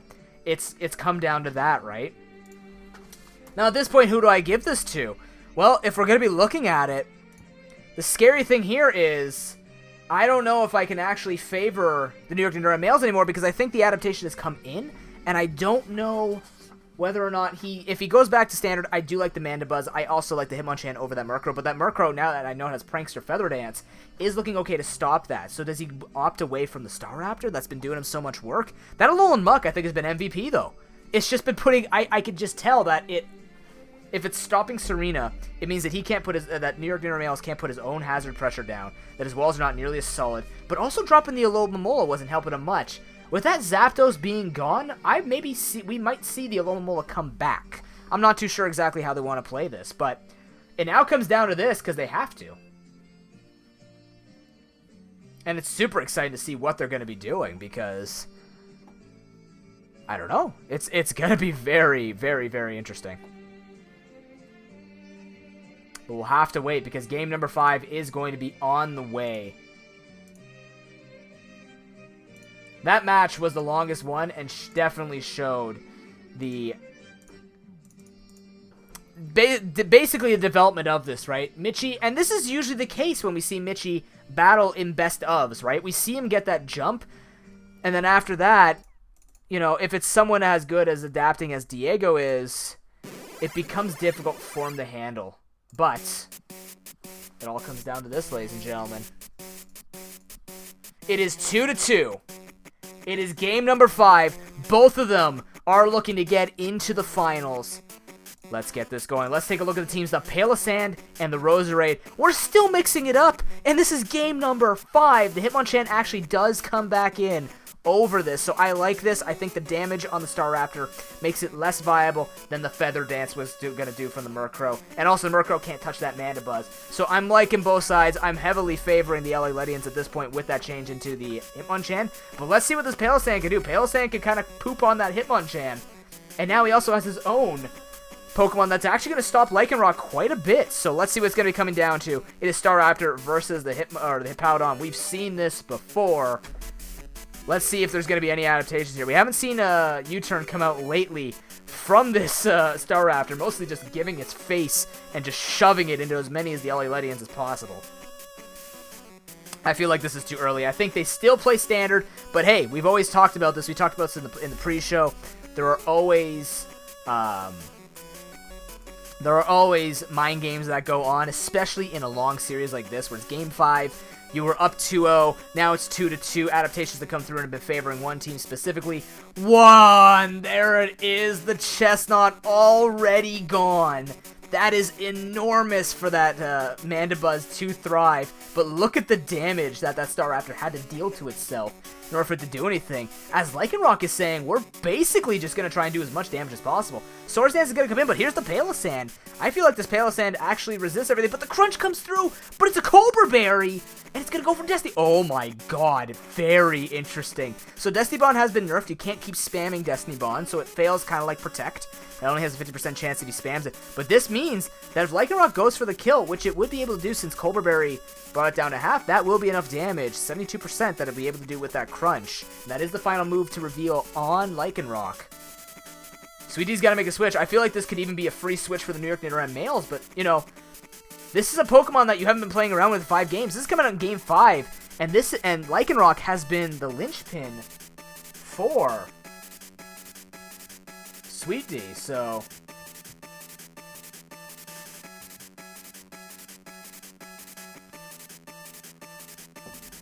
we see the Sword that's come through as a Shore Up actually comes in, and Crunch, ooh, is just gonna kill it. Well, it looked good, but it's dead now. So let's see now what else does New York Nidoran males have, because at this point it's at +4. But no Sand, so it can be outsped by this Mega Man. It can go for maybe the Volt Switch, but basically puts pressure for that for Hippowdon to come back in. Is going to come back in. I do expect him to kind of predict this because it just makes too much sense. Instead, he actually has it going for T-Bolt, so actually expecting the Lycanroc to stay in to go for the hit, maybe the Continental Crush, but the Roserade is going to come out. That actually kind of works out for Mitchie, because if he had lost his Mega Man there from a +3 Continental Crush, that would have been really, really bad. But either way, Roserade is going to come in, the Stealth Rocks are out. Here becomes the way that the LA Legends get that chip damage down on everything. Hitmonchan is actually going to come in. Ooh, Sleep Powder Miss. Don't start doing this Game 5, the Nidorans say. This is not the time to start missing moves. The Sleep Powder will hit. Luckily, he still outspeeds. Didn't see a Mach Punch come through. So this thing is going to be handled. The nice thing about Hitmonchan is it can also have Rapid Spin if he's brought it for the series, which helps him against any type of hazards that we could see coming out from the Nidoran males. Not so much Scrubbington, though, although it is going to help very much against the Smeargle if we do see it. So does Mach Punch. Mandibuzz now comes in. Poison Jab comes through. We see the poison yet again. We've seen this before, ladies and gentlemen, but that does not hamper this Mandibuzz any way possible. We'll see the knockoff come through. Softens this thing up. And here we go again. Roost stalling, but the Defog has come through. So will the Hippowdon come back in? I want to say yes. I feel like Hippowdon could just come back in, maybe go for a Whirlwind, something like that. Instead, we see the Lycanroc come through. I like this. Abusing the fact he knows he needs the Mandibuzz to stay a little healthy. And now he can just go for Stone Edge and threaten this. Something's got to take a Stone Edge. He might even just go for Brick Break for the neutral hit to maybe get a super effective against the right Regirock. It lives, though! And oh! Oh my... This Mandibuzz is the new mascot. It is the New York Mandibuzz males. This is... Oh, man. Lycanroc down yet again to the foul play. What a crit. What a player. It is 4-4. Again, we get back to this. He has the Hawlucha left on the side of the LA Legends. Mega Man and Staraptor are still good, and this Registeel hasn't even been touched yet. But this Staraptor does not outspeed. We've seen this before. We could see Sword Dance come out. But at the same time, I actually... Well, if this thing if they both die on each other, I think Alolan still has a lot of advantage here. It's going to be down to that Registeel kind of trying to weaken everything up. And since Chestnut's been taken down, it doesn't have the Spiky Shield, it doesn't have the Rocky Helmet to try and damage anything. Let's see what he's going for, though. We see a Sky Attack come through. Diego does go for it. That is a nice crit for him. That's going to be a lot of damage that I don't think he wanted on the Nidoran males. And just looking at more and more hacks in game number 5, I don't think nobody wants that much hacks when it comes down to a battle that puts them in the finals. especially if it's going against them. And for the Nidoran males, they're working through it, though. Feeling healthy, will outspeed. No, it won't, because it used the Power Herb. Oh! Does end up staying in, trying to get the kill on it, but he is going to lose it. It is looking bleak. This thing is at double the speed. Registeel, are you carrying the Thunder Wave? We are going to see a switch into Powdon to check just in case, as the Size Toss does come through. I like that play from the New York Nidoran males, expecting to maybe be able to live that hit because there were no SDs set up. The moment that thing gets paralyzed, it just loses so much value. But this is a lot of damage that he gets to do. We have seen Toxic come out. We've seen Size Toss, Toxic, and Stealth Rock, and Protect, so it's not carrying the Thunder Wave. That is my bad. Or maybe it is. Have we seen that? Let me check my notes.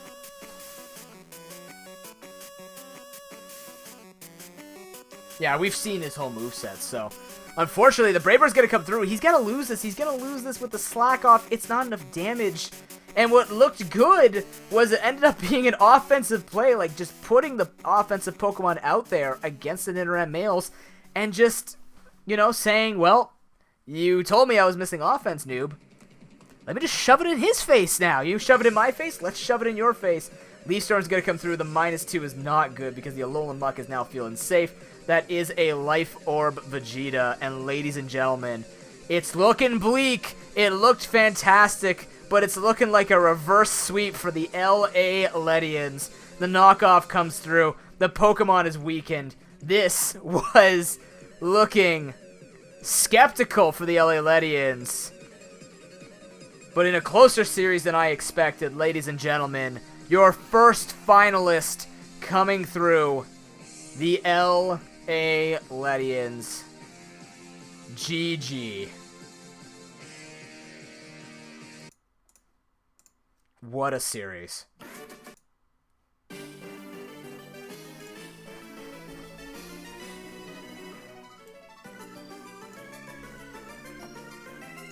The adaptation king himself, Sweet D. Just, he's never out of it. You can never count him out. No matter what it looks like. No matter what it looks like, if it looks like that you have the advantage against Diego, whether it looks like his team doesn't have the answers, his team has the answers. And I think the greatest answer that he had there was offense. And he just brought out, he's like, you know what? Lycanroc is great, not by itself though, so he brings in Hawlucha. Suddenly Hawlucha brings all that extra offensive pressure, goes for, and they're both physical attackers, but the funny thing is, we didn't see the Alomomola come back in. Dragalge suddenly was taking a bunch of damage from the Z move, Continental Crush. We're also losing it to just a bunch of damage coming out from any other hit. You see the Stone Edge come through, whether it's Continental Crush or not, but it's just taking chip damage. He can't live enough, right? Power Herb Sky Attack, giving him the Unburden boost on Hawlucha. It's just too much damage for his team to take, and that's what we were afraid that Diego would not be able to accomplish, and lo and behold, he accomplishes it. So that does shove, because I have my T in front of me. That does put the LA Ledians in the finals once this loads. There it is. But what a great series, though. Like, that was just so good. Like that, and you know what? That was more fight than we gave Mitchie credit for. And what a phenomenal season he's even had with that amount of adaptation, trades, and improving his team slowly, right? It definitely looked like it came together in the end. The Serena was a fantastic pickup for the playoffs. It's too bad we didn't get to see him play much more in the playoffs, but I do think that Serena definitely did make Sweet D play a little differently. And just overall great calls on his part from preparing for this and just getting better with it. So congratulations though to LA Ledians. They were moving on to the finals. They get to take a break. We will also take a break just quickly for about 3 minutes while I go and refill my water and stuff like that. You guys have been watching the ProPokeBowl playoffs. We'll see you back for the second semifinals of the night between the Arizona Articunos and the Houston Hawluchas. Be back soon.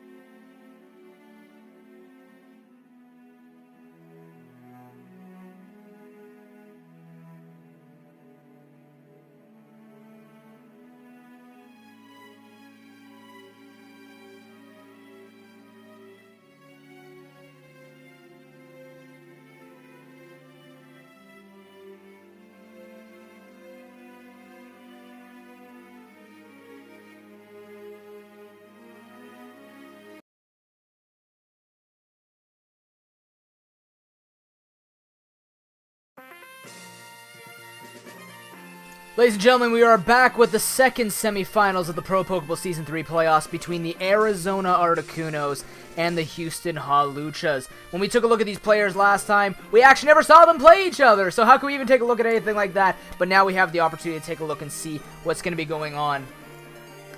The main thing that gets me is not so much like necessarily predicting based on the predictions on who could win this and that, because the main thing that's been getting me is the the fact that we haven't seen Inert Fury performing as well as we thought he would, right? We have seen a lot of 1-1s from him throughout the season.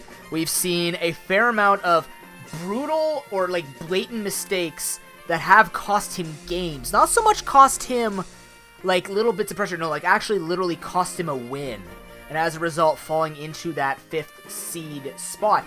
However, lucky for him, it's a best of 5, so if anything like that happens, he has 2 more games on top of that to have those types of mistakes. But I do think he's going to clean it up.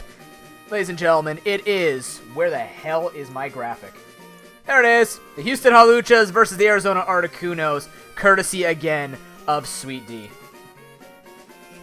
We really just have to wait and see. I do think that both teams have a good matchup against each other. We'll have to see. I'm really curious about the Arizona Articunos because they know that they had actually pretty tough... not to say that LA Legends didn't have as much to prepare for, because clearly the New York Nidoran males showed up and brought a lot of pressure, a lot more pressure than we thought. It almost makes me feel like if we think about... you're preparing for both Ivan and Inert Fury. It almost felt good to be a 2nd seed in this particular series, right? So I'm very interested to see if the Articunos have the answers, because we've seen that most times, if the Articunos were looking weak, if they came into Game 2 with a different game plan like we saw against the LA Ledians, then it looked good for them because they just switched up offensive pressure. But the thing is, we've always talked about how they have very specific playstyles. It's a balanced playstyle, so it doesn't have much mixing up for him. But let's leave it up to them, because I haven't even jumped into the battle yet. Haha! Ladies and gentlemen, it is game number 1 between the Los Luchadores, the Houston Haluchas on the close side, and the Arizona Articunos on the far side for the second person to enter the finals for the Pro Pokeball Season 3 playoffs. Let's take a look at the teams. Standard out of Inert Fury. Kind of not standard, actually, out of the side of the Arizona Articunos. Scrubbington bringing this Ribombi and leading with it, saying, "Screw you, Sableye." This is Play Rough Donphan, never forget Ivan. Except this thing is meant to have a fairy move to stop something like this Mega Sableye from thriving. Now, the scary thing here is this thing does still have Prankster, so it can still go for a taunt against this to stop the Quiver Dancing Ribombi. It can also go into Mega Sableye and threaten with Magic Bounce, but it's going to become very interesting because if we look at the side of the Arizona Articunos, I like this idea of leading with the Sableye. We don't see the Smeargle come out, though, and the Protect is going to come through as the Moonblast is just fired off from the side of the Arizona Articunos. So, I like the preparation for the Smeargle, but we've seen, even though he's used it quite a bit, we've seen the Arizona Articunos do well without the Smeargle actually doing anything but maybe a parting shot. And what's going to be very interesting is, whereas Scrubbington was able to change up a lot of these movesets week by week, coming into the playoffs, he has one moveset of Smeargle, and that was the one that he was mixing up as much as he possibly could, going for the best possible scenario here. So everything's locked in, right? That Flygon, that Feraligatr, that Porygon, Z variant, stuff like that, it's locked in. He does end up going for the Moonblast against the Milotic. As we do try to see what is going to be going on here for the likes of Inert Fury. We know that he plays it out standard, but he's a very smart battler. This is the man who just takes whatever he has and does well with it, right? This is why he's in the playoffs, and this is why I kind of venerate him as this very good player, right? He's got this pressure. He knows exactly how to play out a team, no matter how predictable it is. It's almost like, to not insult Dagger too much, it's a better version of Dagger. Plays out his strategy, except has the stronger team in the end, has the stronger game sense. We do see a switch to the Cell Beat, but nice Sludge Bomb coming out from the side of the Arizona Articunos. You can already see a difference in playstyles and battle preparation between New York Nidoran males and LA Ledians, and now Arizona Articunos and Los Luchadores, right? You see the defensive Pokemon going at each other, but in different ways, right? They're more offensive moves, not necessarily statusing, but we know that that's what Houston Haluchas are going to win through. Get the status down, try and get the pressure going. Natural Cure does activate as the Mega Sableye is going to come through. Sludge Bomb does come through. If he gets the poison, it's great. He does. So already getting status on the side of Inert Fury here, but he doesn't have much more to go from that. There is no but. He's actually just in a bad spot. Already taking it. We don't know if he's going to have something. I don't think he has an aromatherapy Pokemon on his... Actually, Celebi does get it, I believe. Heal Bell. Sorry, Heal Bell. He could carry Heal Bell on his Miltank as well for future matches, but for now, it's about this match. If that Celebi doesn't have it, he's dealing with this Sableye being poisoned, but the Magic Bounce is going to be nice. If we just take a quick look at the side of the Arizona Articunos, there's the Conkeldurr and there's the PZ. We've seen him switch between these Pokemon. Not so much, but actually, the Conkeldurr has not been played nearly as much as we thought it would, considering it was one of the most sought-after picks, like, first pickable in the draft. But we do actually see the knockoff come through on the Porygon Z, well played by the Articunos, showing that he does have something that's not going to be removed. And since there's no Mega Porygon Z, that's the Z Crystal. We expect the Z conversion to come out from this Porygon now. Ouch. That hurt, excuse me. So now my question is, does he try and set up here, or is he going to be risking taking too much damage? In fact, we do actually see him go for the Z move anyway. Z conversion. What type is it? Dark type. Interesting. Now, oddly enough, one thing we've actually never talked about is whether or not they can move around the moves when using it. They technically can, but the Dragon Tail's got to come through. That T-Bolt didn't do a lot. So, Z-Move used up. PZ's or PZ's sweeping potential, gone. Not nearly as much damage as I think he expected, but if we see Dark, that might mean that he doesn't carry Shadow Ball on that. So we've seen Conversion, Thunderbolt, and a Dark move. We don't know what this has then, but it's definitely not Shadow Ball in the front spot, so that will have to be confirmed. Bronzong is going to be setting up both screens as that Mega Sableye is going to be coming in, just in case he ended up going for Stealth Rocks in this particular situation. I don't think so. We've usually seen him go for the screens with the Bronzong, but it is his rocker for the most part. And since we don't see Smeargle, they might have a double rock setup here where he switches between Smeargle and the Bronzong. Or maybe he just doesn't favor it in this situation. He knows maybe Mega Sableye is going to be putting too much strain on his brain. So instead, he's just going to opt to try and do this sort of thing. But Porygon Z comes back in. Dark and Electric, and if he has Shadow Ball and Conversion, it's not going to be doing anything. What is he possibly carrying for this? Hello? He actually has Nasty Plot to make up for if Z Conversion is stopped. Oh my god. And you know what else comes to mind? Hippowdon Whirlwind. So he has a Dark move. That could be the Dark move in the active spot that is proccing that Dark type Porygon Z, and that actually also stops Prankster. So that's actually pretty good. He can't be taunted by a Prankster Sableye or that Murkrow. Oh my, okay. Scrubberton's now my favorite in this. he's my absolute favorite just from that. I don't know if he thought that through, but I like that thought process. So is he running Bolt Beam then? Is he running T-Bolt with Tri-Attack? He's got the Nasty Ball. If that does proc the conversion, I don't actually know how that exactly works. I think it just follows the front move. But he actually ends up showing Dark Pulse, so we've seen his moveset now. Thunderbolt, Nasty Plot, Conversion, and Dark Pulse. Interesting. So, a little bit of a different coverage than we expect, but that doesn't even kill, but doesn't matter because the poison and that recover is just going to do absolutely nothing to even get him in range to take that on. And luckily for Inert Fury, he's gotten the burn on this PZ because it's just taking so much chip damage as Scrubbington is trying to set up and do as much damage as possible with this for him. Protect's going to come through again. We don't see a +6 come out. Doesn't want to get greedy, says. Might as well just keep spamming attacks in case he tries to switch. And Dark is the best hit in case the Gligar comes in. So Dark Pulse will come through, take out the Mega Sableye, but I think that Mega Sableye has done more than spades. It wasted both screens. Has taken the Porygon Z down to 27%. Weavile. We've seen this thing is Choice Band. We know it has Ice Shard. We're expecting a standard Weavile kill off from here, but Gramble's got to come in and go for the Intimidate drop as Knockoff actually comes through. Well played by by Inert Fury. As he's going to knock off the Rocky Helmet, actually somewhat important in case he does get into the situation where he gets locked in and has to hit the Gramble. I like this. Because we've seen Weavile take a bunch of damage before, and he doesn't want to end up with like 1 or 2%, doesn't kill, and all of a sudden Rocky Helmet finishes off his giant threat, like arguably the threat in his draft. Milog now comes in as the Play Rough comes through. Doesn't do very much because Marvel Scale is most likely active, as that would be the only thing you'd probably choose on this. So Marvel Scale, it's taking a lot of the heat off of the Milotic. So now it's up to Scrubbington to make the move here. How does he actually deal with this Milotic? The scary thing is he does have the T-Bolt, and we saw what with +1 what? On freaking Earth, there we go. We saw with the +1 T-Bolt did about 55%. So a Nasty Plot might be able to take it out. if it takes a little bit more damage. But either way, we do actually see a double switch Amoonguss versus the Celebi. We know the Amoonguss comes out on top here. Unless the Celebi goes for the Psychic, just try and get as much damage as possible. But, you know, Regenerator is quite abusable at this point, especially when you have a lot of healthy Pokemon and a lot of options to still switch between your teams. I just love how this feels.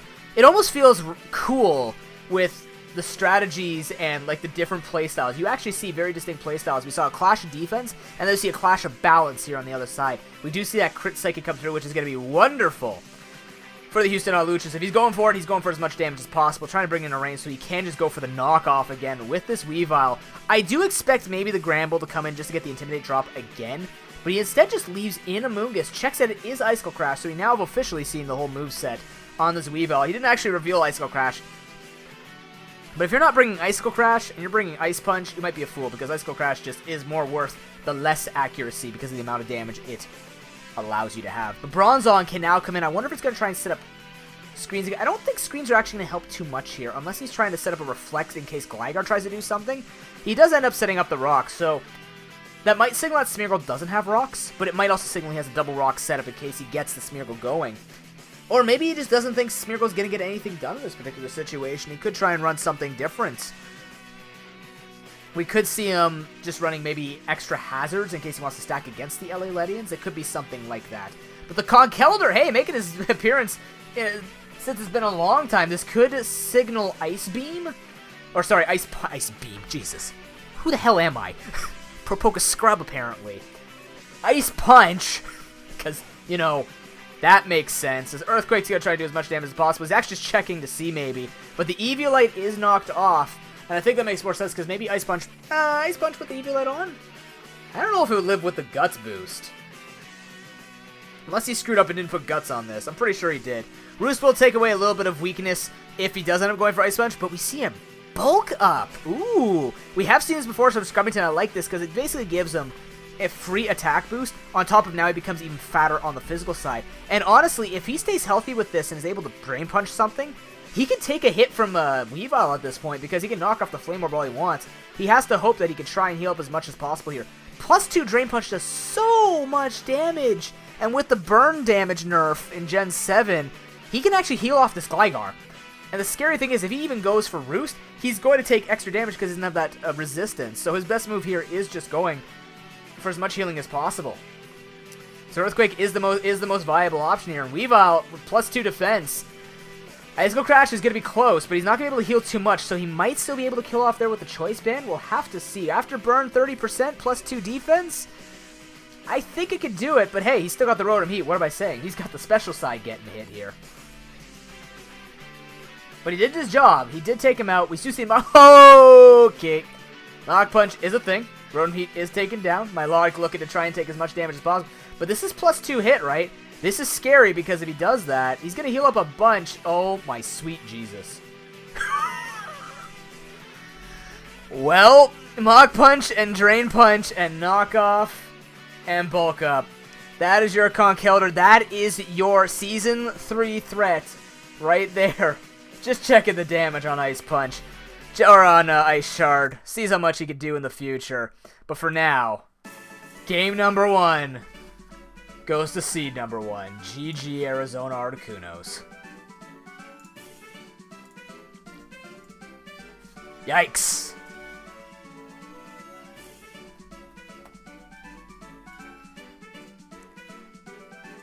Well, if that's any indication of what it would have looked like, that kind of scares me for the future because that was his best play to bring out that Rotom Heat. However, the nice thing here is he can actually read a little bit more into this, right? He knows that the Mach Punch, he knows it now. Mach Punch, Bulk Up, Drain Punch, and Knock Off, right? So that now he knows those sets. Now he knows that he's going to get Mach Punch if he tries to make that type of play. So he can't bring out that Scarf Rotom Heat and try and get any value off of it.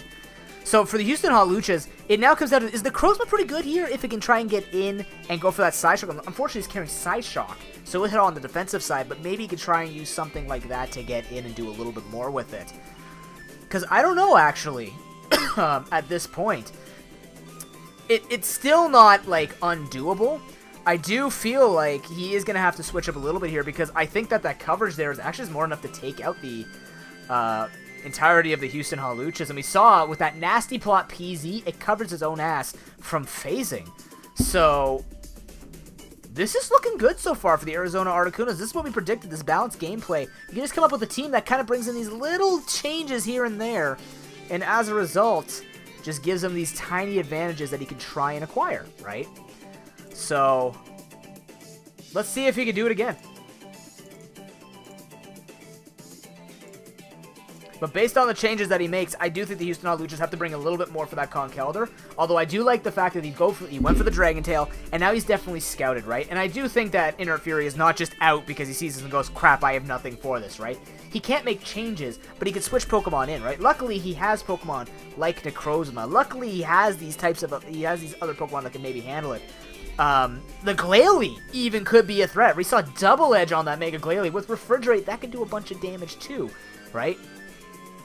And if maybe he keeps that Celebi a little bit safer, keeps the Psychic now, knowing that he's going to need something like that, and he will outspeed and can go for the Psychic on that Conkeldurr when it's beat up and weakened and stuff like that. If his Gligar is going to be used for heal fodder, he definitely is going to be looking to try and keep his Psychic threats more at bay. He even has Honchkrow that he can use to try and take these things out, right?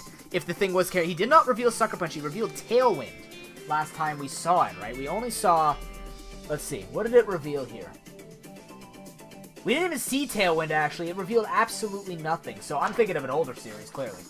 But if it is carrying Tailwind or Sucker Punch, this is the time to bring it for sure.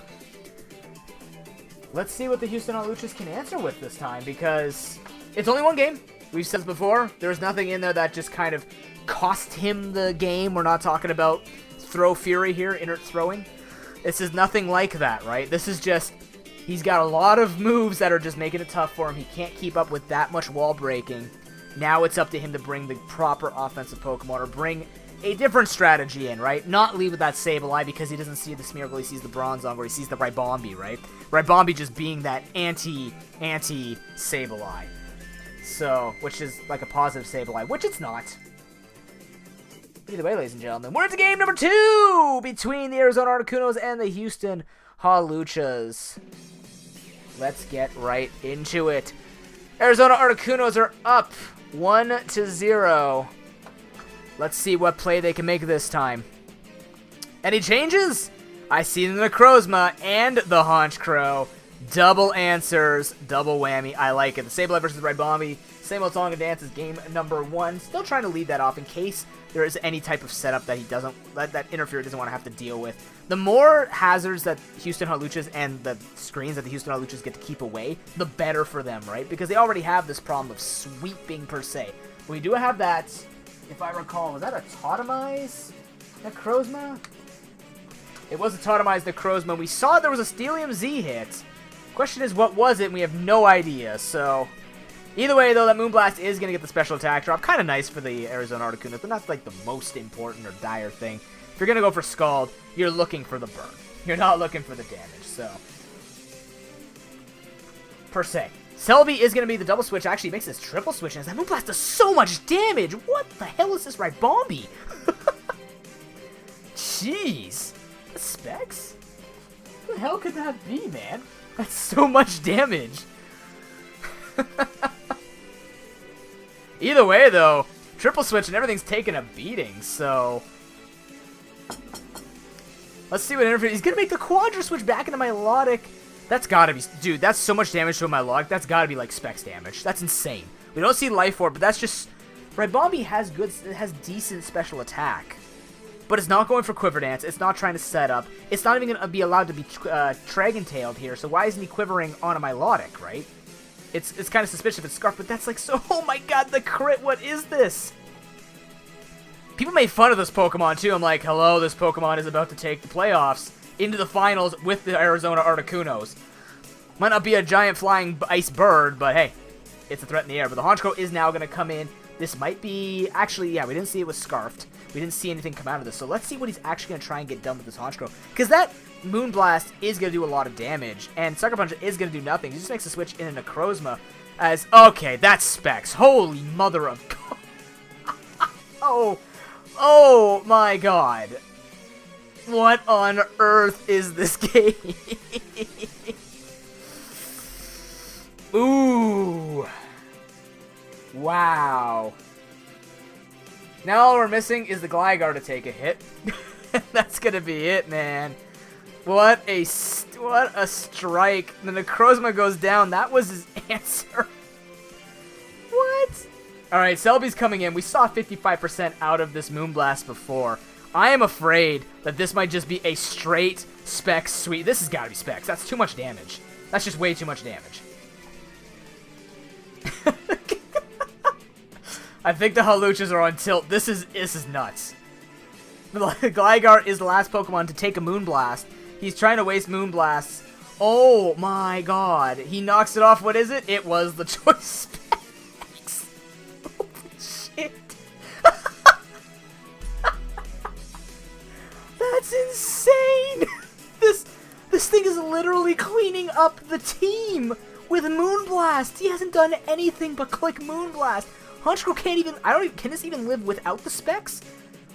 Holy mother of God. This thing just took out... This thing, I think, just took out the entire team of the Houston Haluchas. We have never seen a match like this before. There's even, like, switching going on. There's no, like, proper outplay. The only outplay you're going to see in this game, ladies and gentlemen, is the little bee that could. As the Arizona Articunos, in 4 minutes of game number 2, take it to a 2-0 and match point to get into the finals. What in the actual hell? Oh man, that feels bad, man. If you've ever been, I've been in games like that. That's bringing back memories of when I used to play this. That feels bad. You don't want that to ever happen. Never, ever. 1, never int, and 2, just never make fun of someone who gets, like, destroyed like that, because it hurts. If you're in that situation, it blows. And that, I almost feel like you just go, well, that's 2-0. Do it again. just do it again, right? Like, just do it up. Let's try the same thing. Hopefully he can answer something with the Ribombee. Does he even have anything for Ribombee? Like, is that Miltank going to be able to take the hit, maybe body slam it? He knocked it off with Gligar, which makes me think like he has to sack his Gligar just to get rid of the Specs to even live a hit. Because that just did so much damage. Does he bring Shedinja? It can live both stabs. Maybe he brings Shedinja. I'm not kidding you. Maybe he actually brings Shedinja to handle that Ribombee. Because I don't know what else. It's going to die to both Conkeldurr and PZ, so I guess it's not the greatest. But, like, you don't want that in the semifinals, man. Nobody wants that in the semifinals. That hurts. Like, yeah, I can't focus on anything else. It's insane. But in all seriousness, knowing now how much damage it's going to do, he definitely has to bring an answer to that. He has to knock it off. It almost feels like Gligar does have to be sacked just to go for the knockoff to even bring that thing down to a point where it's not going to be doing that much damage because Moonblast kills his team. Fairy's not even in his top 3 weaknesses, but it's looking like it's a big weakness if you can't take out Specs Ribombee. And LA Legends are looking at this going, because believe it or not, that does a lot of damage to his team too, right? Hurts the Hitmonchan, Hawlucha. Like, this thing is faster than most of those Pokemon, barring any speed boosts. And Specs Moonblast is going to do a bunch of damage. Like, a bunch of damage.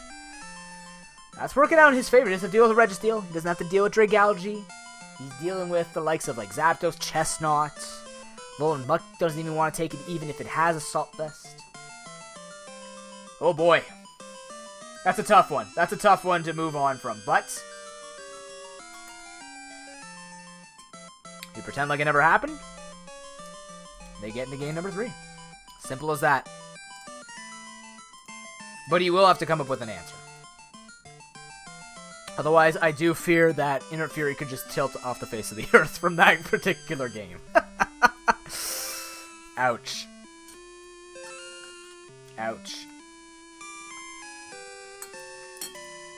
I guess on the bright side, if the LA Legends are looking at this, they're going, well, I do have Sand Rush with Lycanroc and Stone Edge. So, he's not outspeeding that. He's not living it either. So it's not even looking bad for the LA Legends. But again, they get to take the notes right now. Scrubbington opting to go second. Which means that, well, Diego gets some time to watch. and just observe and see. He's dealing with that PZ that's got this interesting moveset with both Z conversion as well as the nasty plot. So definitely, again, another wall breaking. And this is kind of funny because if you look at the three, we talked about, right? 3 defensive Pokemon and 1 balanced player in the playoffs, in the semifinals. And Scrubberton's already showed that he can stop this, right? He's got Flame Orb plus Bulk Up. He's got Nasty Plot plus Z conversion. So even if you phase him out and you ruin any type of potential setup he has, excuse me, even if you knock off the Flame Orb,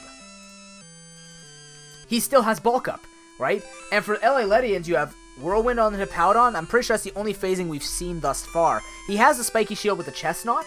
This is assuming, of course, that, you know, his knowledges don't reverse sweep. It could be the theme of the night. But you can definitely see that the Articunos are prepared for these defensive teams, right? And he has that flexibility. We haven't even seen what Feraligatr or Flygar are bringing. He doesn't have to bring anything. He is, like, revealing the least amount of stuff. And that's what you can hope for, especially going up against a player in the other side of the bracket. But ladies and gentlemen, let's see if he can bring it back. Houston Hawluchas down 2-0. Can they bring us to a Game 3? That Miltank is making its appearance, and nothing has to change on the side of the Arizona Articunos. That Ribombee carried everything. The game never existed. Is this a 3-0 cleanup, or will the Houston Hawluchas show why we talk about Inert Fury as this man, the veteran, the experienced player, and what makes him so freaking good as a player? Let's see if he can adapt his way back into a 3-2, but for now, he's going to start with this game. Game number 3. I feel like Sableye has not been doing him work. It is the Rotom Heat leading off, so he does have the Scarf Rotom Heat here. That does threaten with the Overheat, and it is just going to go straight forward and take him out. That was aggressive by the Articunos, actually, because, I mean, you still have a lot of pressure with that Specs Ribombee, but instead he just opts to kill it off. Likes the -2. Maybe he's trying to get a free setup on this Rotom Heat, knowing that he has to go for the Overheat to kill off such a threat. And one thing I actually noticed is the Rotom Heat wasn't on the team last time. We saw it come in with the Honchkrow is what actually replaced it. So now Rotom Heat's back. It says, well, I resist this, and I outspeed and I kill. But PZ or Conkeldurr come in, and is it going to be PZ going for the Z conversion? And going for -2 here with the Scarf is not going to be great. He could set up Nasty Plot after getting all the stat boosts. Here comes Milotic. It is just going to be a Nasty Plot instead, so actually well played by the Articunos, not wasting the Z conversion this time. Knows that the Dragon Tail is there because he saw it last week and felt it today. So he's like, you know what, I'll go for the +2, because I know it'll do 70% damage with that Thunderbolt, just based on the damage we saw before. Dear God. 81. Even more. Might have been a high roll, but either way, maybe the other one's a low roll. Who knows? Regardless, Dragon Tail has to come out. Milotic had to take a beating, and a Moongus, unfortunately, comes in. If it's carrying Giga Drain, this man's in a bad spot because he can't recover. Right? He recovers here, he's going to get hit. He has to switch. Sap Sipper. Oh, nice double switch by the Arizona Articunos. Actually gets the free Flame Orb boost on the Conkeldurr. This man is on top of his game. Now, his Miltank is going to be specifically to probably take special hits. We've seen it multiple times. AV, sometimes it's Choice Band. We'll have to see what he's going for this time. The knockoff comes through. Necrozma does not lose it because it does have Steelium Z on it. But there are no defense boosts on this. Let's see how much Psyshock will do. Maybe it ends up even going for Corkscrew Smash, knowing it'll just do more damage and will hit on the special side as opposed to the physical side. Maybe that's his way of killing off the Conkeldurr, is just getting it really low to the point where a Scarfed Volt Switch will, Scarf Volt Switch will actually take it low. That could be what we see here. Just try and go for as much damage as possible. Don't let it, if it even goes for Drain Punch, it's not going to gain much back. I don't think Drain Punch would even kill Necrozma from this range. I could be heavily wrong. But he is going to switch to the Bronzong. The Psyshock does end up coming through. So it doesn't opt for the hits. But instead, the Bronzong can come in and start setting up screens, which is even more foreboding for the Houston Hawluchas, because screens made that PZ get a little bit of work done. Although not that much. It only took out the Sableye. It just, I think it played around, the Houston Hawluchas played around it perfectly, getting the burn on it, whittling it down where all the screens were wasting everything. We do see Dark Pulse revealed, though. There we go. Stealth Rock coming out. That's a lot of damage to that Bronzong. And with Light Clay, it's a 2-hit KO. Even after Leftovers, it would have been a 2-hit KO. This is not bad for him. Actually, no, it wouldn't have. Would it? No, with Leftovers, it would have been a 3-hit KO, depending on if it was the same damage roll, but It is going to be able to take out the Bronzong, so no screens, just rocks for the Articunos this time. Looking a little better for the Houston Hawluchas. Taking out, well, a Pokemon that swept him and a support poke. It's now down to kind of the carries and that pseudo-defensive core between the Gramble and the Amoonguss. Let's see what PZ wants to go for here. Probably knows he can take the hit. He's going to go for the Z conversion anyways as the Miltank comes in. Dark Pulse actually just comes out instead. Doesn't want to take the chance in case he does end up going for a Totemize, maybe. Or just wants to try and get the damage on him. But Gramble can come in, take up anything here. Body Slam comes through. Ooh, nice para, but unfortunately for him, that Rocky Helmet is going to take a chunk out of the cow. Cow versus Bulldog, who wins? Probably the Bulldog in this particular situation. That Bulldog has a helmet on, and the cow is probably wearing a vest of some kind. And vests don't beat helmets. The Roar actually comes in. Ooh, good to know from the Gramble having Roar as well. Brings the cow back out. It's like, we're not done here. This is getting scary. But the Earthquake is going to come through. Doesn't do that much damage. The Roar actually ends up coming out again. Earthquake is nice because it won't proc the Rocky Helmet, so that is why he's going for it. Also did a tiny bit more damage. Actually, well, it's probably just a damage roll that did a little bit higher because, you know, Stab Body Slam would do more. He's just avoiding the Rocky Helmet damage. The Sableye is actually dragged out. This is not too bad for him because now he can go for Mega Sableye. Or he could keep this as normal Sableye, try and go for Taunt against something like the PZ. He might opt to do that. No, he's just going Mega. He wants to be able to take the hit. He goes for a Protect, gets his free Mega up, but the Para comes through anyways. Double protection, double the fun for the Houston Hawluchas. Not so much the Arizona Articunos. But he now has this thing in a much better situation. Malak's going to come in Death Fodder. Gramble's not going to get the Roar off even if he wanted to go for it. He could have even roared himself off the Magic Bounce to try and get another Pokemon in safely. Doesn't get any of it anyways because he gets parried yet again. As Necrozma now comes in, it does have that Steelium Z. I'm curious if he's going to go for that Steel move that it is holding.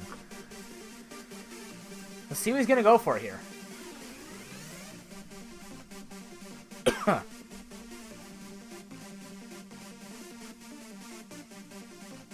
It isn't going to go in for the Corkscrew Smash, Crash, whatever, kills it.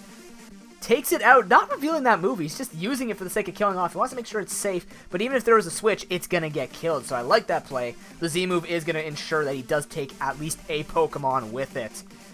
But it would have been nice to use on something like the Conch. Or the PZ, but Gramble stays in. Gramble actually not needing to do much more because, well, actually, you know what needed? It was pretty needed for that Weavile. I think Interfury has brought the correct stuff here, although we can't rule out PZ until this thing is killed. Because Weavile has the Choice Band, it doesn't outspeed PZ unless it gets enough damage down to the point where it can go for Ice Shard and take it out from there, which it most likely could.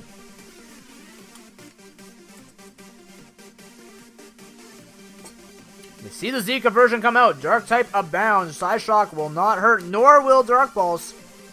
Well played by the Haluchadors, knowing both moves won't do much, so he goes for that Flash Cannon. Gets the damage down. He's definitely going to try and get as much damage as he possibly can on this thing to maybe bring it down to the point where Weavile can try and clean up. Thing is, he has to do this within the reins of having at least 2 Pokemon to switch around with. Because that Conch is not going to die to Ice Shard at this point. So, we know it at 13%. Can he bring it down like that? Necrozma was kind of the important one to do that. It's 2-0 right now for the Arizona Articunos, looking to get into the finals. If it will be a repeat of the Celebrity Edition, and hopefully it'll turn a little bit better for Scrubbing this time instead of a 3-0 dead sweep for Sweet D. Let's see how it goes. The Dark Pulse is able to take out the Necrozma. The Rotom Heat's going to come in. Actually, it only has Dark Pulse, so let's see if we can live it. It does not. It is taken out by the +1. It is also Stab, mind you, now that it did turn into the Dark type. And look at that, ladies and gentlemen. In an unfortunate thing for the Houston Hawluchas, but a fantastic situation for the Arizona Articunos. GG. The 3-0 is complete.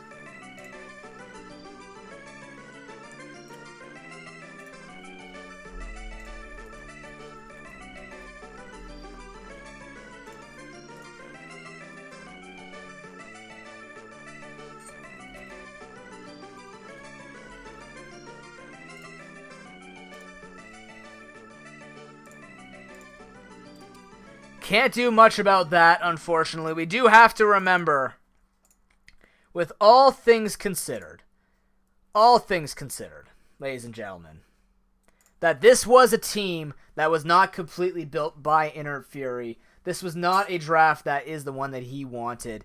In the end, he did his best, right? And it just looked so good for the Hawluchas, and hopefully if they do come back in the future, they'll get that opportunity to actually build that proper team that they want to get and stuff like that. But hey, you know what? Kudos to Inert Fury, and good luck with his other tournament that he is doing for PokeAim. He is the coach for that, so everybody please wish him good luck with that. Hopefully he can train his soldiers into doing well.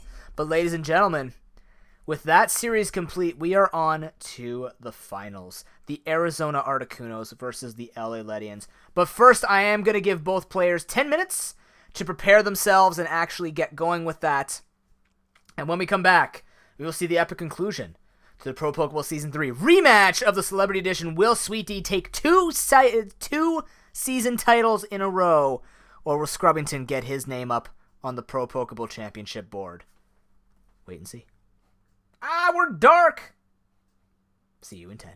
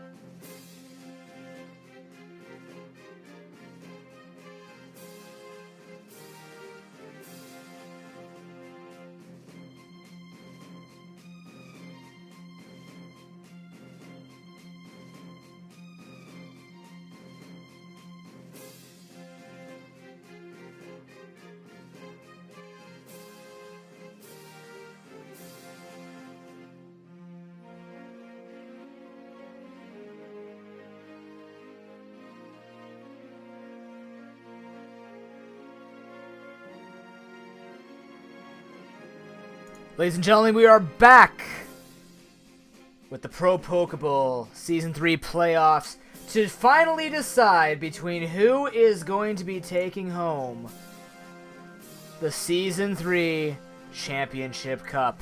And what better way to do it than with the repeat of the Celebrity Edition matchup between the Arizona Articuno and the...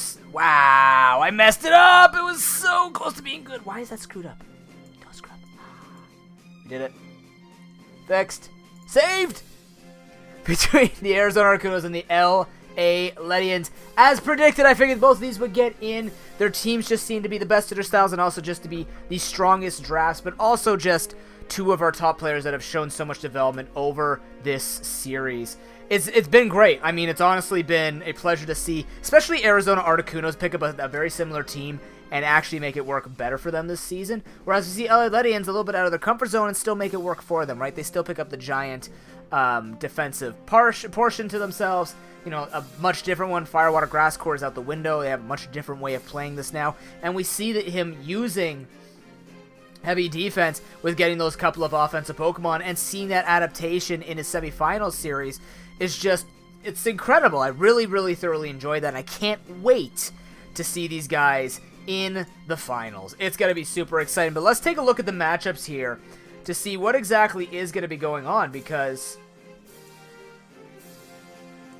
I mean, let's be frank, right? Both of this is going to be very, very interesting. I think the one thing that we do have to worry about for the LA Ledians is the amount of wall breaking potential that the Arizona Articunos have. If you remember the battle back when they had their matchups together, in game number 2, Arizona Articunos brought the Flygon, replaced their Feraligatr for trying to sweep, and all of a sudden he instantly took the game because he just had the right sweeper, right? I feel like this could go to 5 games if that keeps switching back and forth. We saw the LA Ledians constantly change up their defensive core and change up their offense throughout the whole 5 games and have that success with that reverse sweep during the semifinals. Can he do it again? I'm really curious to see if they actually can.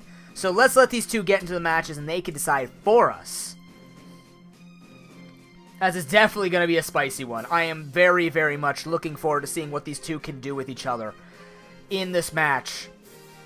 And really, I'm looking forward to the adaptation, right? I feel like the Arizona Articunos have a better draft ready for this, but the LA Ledians have that skill and finesse of being able to switch it up and turn it back on his head. And if there's something that we saw the Arizona Articunos suffer from, it was the hazards, right? When the Smeargle didn't get going, when the Bronzong couldn't get going, when he didn't have as much support and the offensive Pokemon couldn't do anything, well, it makes sense. Noob, when they lose offense, you can't win. LA Ledians do it all the time. He's got 2 frickin' attacking Pokemon, the rest are walls. So who gives a shite? Who gives a flying wobble dingy? Save that playlist. I don't give a crap. Do it. We're getting into game number 1, ladies and gentlemen. Let's do it. The finals, ladies and gentlemen. We've been looking forward to this. It's time. The face is back in. Or yes, it is. Let's get into game number 1. The finals between the Arizona Articunos on the close side and the LA Ledians on the far side. Let's take a look at the teams. The Flygon is already in. He's not making that mistake. He also brings a Skuntank, which could be carrying Defog. But we do see the Talonflame. We see all these different Pokemon in a different combination. All of a sudden, the Talonflame is replacing the Hawlucha. Definitely finds that to have a lot more value for him in this particular match. But the Smeargle is making its appearance. It's going to be leading up against the Talonflame. Talonflame could go for Brave Bird. It could even go for something like U-Turn here. See the Granbull come in. We actually see an immediate switch in the Chestnut, which now gives the advantage to the Arizona Articunos. He is going to be able to just go for the Play Rough, and it's going to do a lot of damage. He does have to be careful of the Spiky Shield, though, as well as the Rocky Helmet. This could be a lot of damage you have to take. We are just going to see a straight switch in the Skuntank as the spikes are already set up. Now, if Skuntank is carrying Defog, it's going to be good against what the LA Ledians are going to be doing. We already saw that Rapid Spin. Clefagris kind of made it difficult, but when Defog came in, a lot more thought came into this. All of a sudden, now we have a Defog Skuntank coming out game 1. This is pretty good. Either way, though, we see the Hippowdon come in. The Toxic is going to fly through. Of course, Poison type in Gen 7 using Toxic is a 100% chance to hit. Very valuable, especially when you've had the other statuses really nerfed, like Thunder Wave being nerfed to 90%. You can't Spore Grass Pokemon. You can't Paralyze Electric Pokemon. Burn damage has been nerfed. All of a sudden, Poison becomes quite good. Stealth Rock is going to come out now, so we already see a little bit of the hazard stacking that we are a little concerned with when it comes to the Arizona Articunos. But the Flame Orb is set up, but we've seen this knockoff, Knock Punch, and Drain Punch Most likely just going for knockoff here, trying to get as much damage as possible on something. It's going to hurt too, but I feel like Hippowdon can take all these hits, go for the Earthquake. It's going to be very difficult for Scrubbington to do a lot of damage to this. You cannot, actually. I don't think you can paralyze electric Pokemon at all, Icy. Welcome, by the way. But the Whirlwind is going to come out, as we actually saw Skuntank try to come into Defog. It actually forces out the Gramble. This is good for the LA Ledians. That's a good Whirlwind RNG. So this is going to be quite detrimental to him to have to make another switch. And the problem is, now he has to wait for Whirlwind to bring him into the proper things. Alolan Muck now comes in. The Play Rough is going to do actually a fair amount of damage. I didn't expect... Actually, I can't expect around that much. Not maybe a little bit less, but that is doing it. Maybe you can, Icy. I feel like people have said that with Glare, but I don't think you could just paralyze electric types now. Because I don't think Sunspore works on it either. You have to check that. We haven't had it happen, so I've never actually looked it up myself. I should know that. You would think as your commentator I would know that. No. Knockoff comes through, knocks off the Black Sludge. This Skuntank is taking a beating before it gets anything done. It can go for the Dialog of his Dying Wish, and it is going to do just that. It's going to undo everything that the LA Ledians have done so far. But so far, LA Ledians are just basically weakening the one thing that's stopping him from doing this hazard stacking. At the same time, he has to watch to make sure that he doesn't get, you know, set up on. But he's got the he's got the Whirlwind. And that's going to be going on from there. The Acid Spray is going to come through. Takes down -2 special defense. That could signify that he's going to try and bring in PZ, try and do as much damage as possible.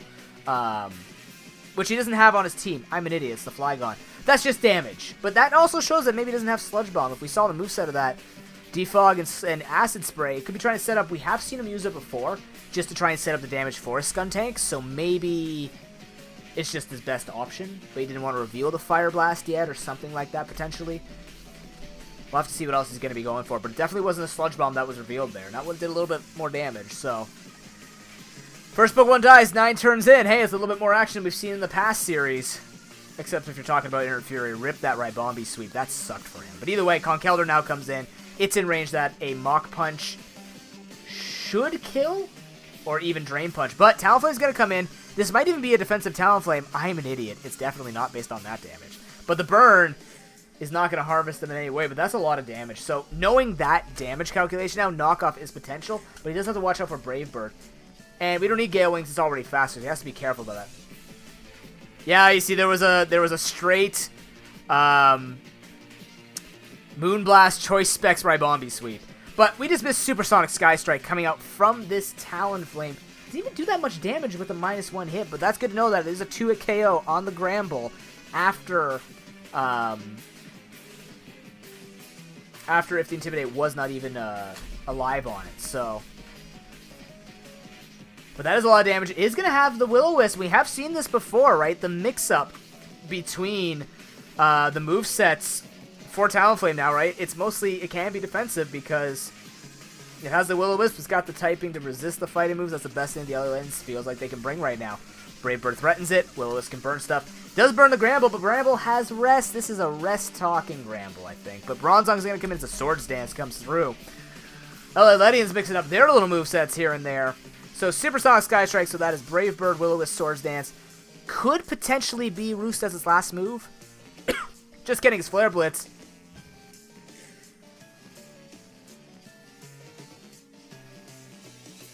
Is that heat proof?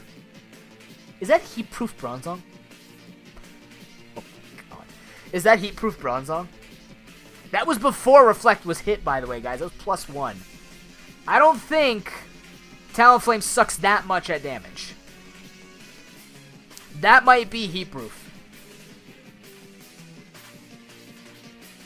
And again, I don't know what to say, but either way, he's going to go for it. Gyro Ball comes through, does kill off the Talonflame.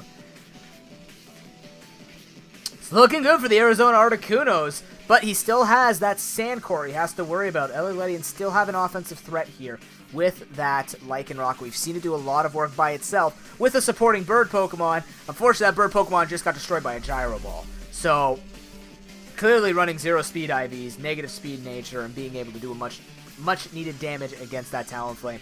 The Alolan comes in, it can go for the knockoff, destroy this Bronzong. Maybe not behind the Reflect. No, I think it should if it knocks off that Light Clay. But the Light Clay will still be active for it, so you still will have 6 turns of Reflect. So Conkeldurr can come in, take the hit, says, well, I've got my Flame Orb gone, and he has nothing to remove the status from him. Who cares, right? So now the Conkeldurr comes in, can probably go for a free bulk up because this thing really can't touch it. Can't poison it either, which means it can't do that much damage. So bulk up now is the thing to go for. Now, having said that, though, Chestnut does have Spiky Shield. It also has, well, you know, kind of just not taking much damage. Knockoff's not going to do much. Drain Punch comes through, does nothing. Oh my god. This call, bringing the screens in with this Conkeldurr, seeing the Conkeldurr come back of all things. He's going to set up the spikes on the side, but I'm kind of afraid. But at the same time, he is kind of relying on the fact that maybe he's just going to outplay him with a Spiky Shield, do a bunch of damage to him, prevent his healing by maybe switching into something like, I don't know actually, what would he switch into heal not much of? How much damage has this thing taken? A little Muck has 26% health. What he might be trying to do, get him low enough, set up his spikes, try and get some chip damage off on the Conkeldurr, and then from there, he's going to stop him from healing up that much, and then be able to sweep with the Hippowdon and then going into the Lycanroc. That could be something he actually does. So he is going to end up going for the Wood Hammer, even weakening himself so he can't heal as much. But that Drain Punch, that was not the time to take that much damage, as he's going to be healing up significantly. I don't think that was the play he wanted, or at least he thought he was going to be doing something with it. But he definitely didn't get any work done. Mach Punch can come out, but he does have to be afraid of Spiky Shield, and it doesn't turn out it needs to be. Instead takes the Rocky Helmet damage. That's a lot of damage that we usually don't see on a Chestnut, so this is difficult for the LA Ledians. As Hitmonchan's going to come in now. Why it's named Smiley, I have no idea. Drain Punch comes through, doesn't do that much, as Drain Punch is probably going to heal him right back up, and then some. Trying to get as much chip damage down on this as possible, but clearly knows something. If he can do enough damage with Continental Strike, I don't think it's going to do it. What are his other moves? Isn't that Earthquake? I know that much. Crunch isn't going to do it. Mach Punch just one-shots, and he can't even do it. I forgot this thing has priority. That's it. What more can he do? That's not even the right team. He's going to whip up the sand. I feel like this would have been the better way to go to start. But in the end, Articuno's just punching her way to victory and already going up 1-0 against the defending champions of the LA Ledians. GG. Articuno's 1-0.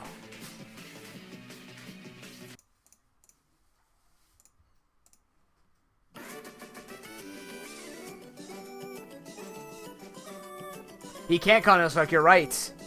We did see the Supersonic Airstrike come out. That is very true.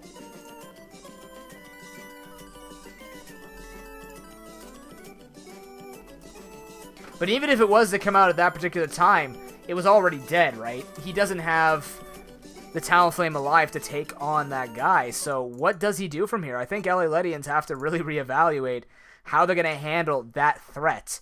Because honestly, that looks super strong. I really do feel like that's really tough for the LA Ledians to take on. I think Arizona might have found the equation. But having said that, it wasn't the Flygon the side of game problem. It was the Conkeldurr, and we know that the LA Ledians in the past have brought out multiple Pokemon that can handle the Conkeldurr. I don't think it was necessarily the Chestnut per se, Icy. I feel like it has helped him in the past, but you're right, it might not be the thing he needs now. I don't think Spiky Shield and trying to stall with that particular Pokemon might be the answer. We'll have to see, though. I mean, he has to go Fagragus, he has the Cresselia, and he still has to worry about knockoff for both of them. But even if he uses Mummy, just a way to get rid of Guts and just try and take him out from there, but he can't remove the burn. Like, it's so difficult for him to answer this. And I really do like this double setup threat that the Arizona Articuno's threats have, right? The Sweeping Pokemon have the backup set, and that's amazing, right? That's very well thought out, and I think that is going to put a little bit of a wrench in the LA Ledians' plans. So what can he do, right? This is where we call it, right? What can he do to handle this? We'll find out, I guess. Skuntank is a dark poison type, Icy.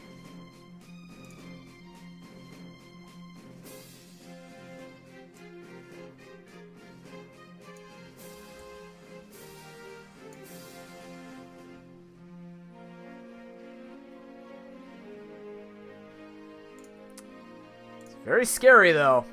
I do feel like if they have the answer, they gotta bring it now. But the other thing you have to remember is, this is an adaptation king, right? This is the man who brings adaptation to its knees and says, I am the sweet D, obey me.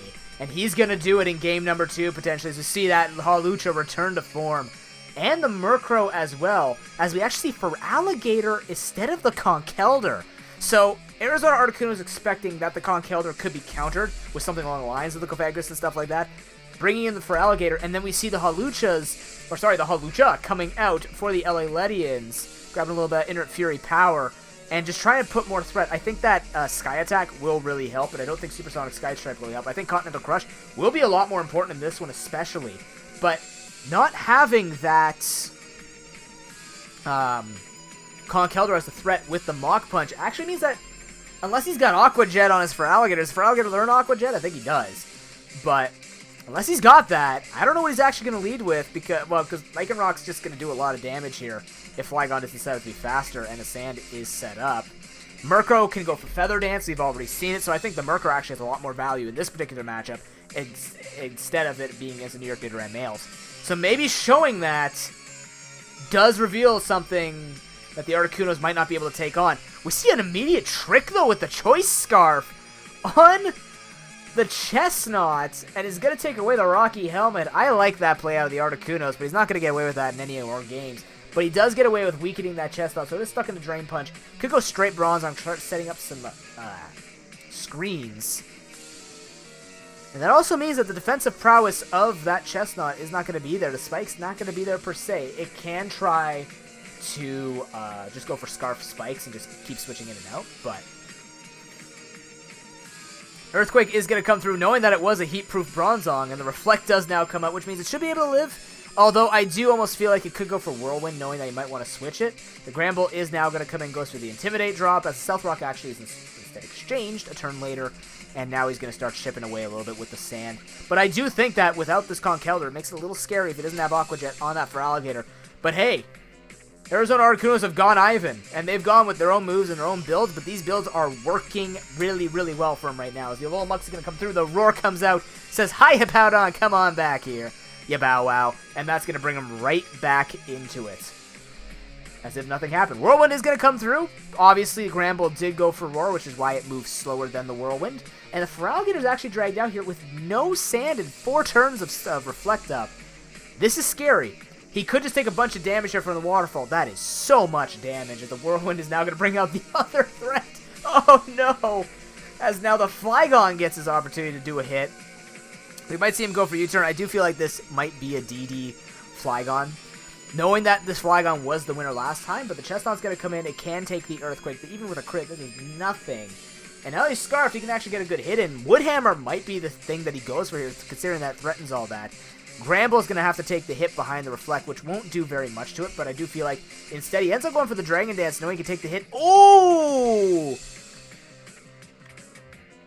And the Chestnut's going to get stuck with his pants down as he tries to set up the spikes, but instead, now he has the +2. Now this does have Prankster Haze as well as... Oh my god, there's too much to keep up with. Prankster Haze and Feather Dance, and we see Devastating Drake come out as that Stoners is going to do next to nothing after that Roost. Prankster Roost, so this thing has Taunt, Haze, Feather Dance. Taunt, Haze, Feather Dance, and Roost. What a support set if I ever seen it, but hey, I don't think you can actually taunt Dark types anymore. So now he's actually going to end up going for the DDs again because he has to threaten him going for the Haze, which means he gets to go for that Stone Edge hit. But instead he has to switching into Skuntank, maybe predicting that type of thing. But the Feather Dance is going to come through, is immune because Dark types are immune to Prankster. We have now confirmed that for sure. As the young Merc's going to try and get something done here, but the Arizona Articunos are looking like they know what they're dealing with. Not getting it, as the taunt will not work. It is all Prankster moves cannot work on a Dark type. As the Defog will now come out. That's a hard one, though. I mean, we've dealt with taunt being so effective on these types of Pokemon for so long. It's just not going to work. And it does actually stop him from being able to taunt him up. Defog comes through. All that work that he even got done with the Scarf Chestnut is now wasted.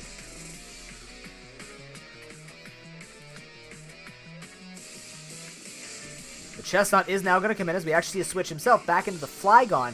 So once again, this is good. I feel like this time the Woodhammer is coming out. He does have to get a lot of damage down on this Flygon. He still has everything else that's kind of healthy. If he starts weakening and maybe getting a Lycanroc sweep in, that could be the thing going on here. But we do see a Dragon, we do see Dragonium Z on Flygon. That's very interesting. The Woodhammer does end up coming through. It does a lot of damage, but Rocky Helmet's going to chip away quite a bit as well as that little bit of recoil. As now Gramble can threaten with the Play Rough. And not much on the side of the LA Ledians wants to take it except the Hippowdon. The Olmuck instead is going to say, well, I know I can take at least 31%. The Feraligatr is going to come in. I don't think this is the poke to set up on. If this is SD Feraligatr, I could see this doing a lot more damage. Does have to be careful about the Poison Touch, has to be careful about the knockoff. Activating the Poison Touch is Poison Jab in general doing so much damage. At this point, though, knockoff is the best move for the LA Ledians. He is going to have just going for the Waterfall as much damage as possible. As the, ooh, that crit! Poison Jab brings the Feraligatr to its knees, but instead, we just see an exchange of blows, and I like this play from the Articuno, just realizing that he could do a lot of physical damage with this Alolan Muck. So now the Alolan Muck has been brought down. Shadow Sneak can come through here, maybe get a cheap poison kill with it, with its Poison Touch, but I don't know. SD is very good if you're trying to beat down the walls, which is what the LA Ledians have quite a bit of, right? He knows he's not going to outspeed, but he can just go for that +2 and hurt, as that Waterfall is going to come through. He won't outspeed here, nor will Aqua Jet actually help him. We haven't seen him use anything else. We assume it's Sheer Force with Life Orb. Oh, sorry, SD means Swords Dance. I see. DD is Dragon Dance, SD is Swords Dance. My bad. Yeah, sometimes you guys won't know those words, but we do see the Ice Punch split up, so we know that he has Life Orb, obviously. But he does switch into the Ice Punch, does take it out, but now Hawlucha gets a free Sky Attack. And nothing wants to take it either, which means he's going to get double the speed. This is bad. He's got to lower it. He could go for the SD, and he indeed does. Knowing he's safe, he can go for that +1. It's going to kill that Gramble. If it doesn't, I don't know what to think about Gramble after this, because in a mixed OU tournament, if this doesn't kill, thank you, for God's sake. +1 attack, double the speed. Hawlucha is looking to finish this game right here, right now. And I don't think anything can actually take the hit on the side of the Arizona Articunos. Everything's weakened. Priority is not going to do it. If he misses a high jump kick, maybe. He's going to try and go for the Reflect, but he doesn't miss. Gets the high jump kick, and the LA Ledians adapt. Take it. Flygon comes in. It's Dragonium Z. He's got to miss, right? I think he still dies from an acrobatics in this place. It's one of the most effective ways to get it popped, Icy. Including that this thing learns acrobatics, which means it gets that boost instantly after using Sky Attack.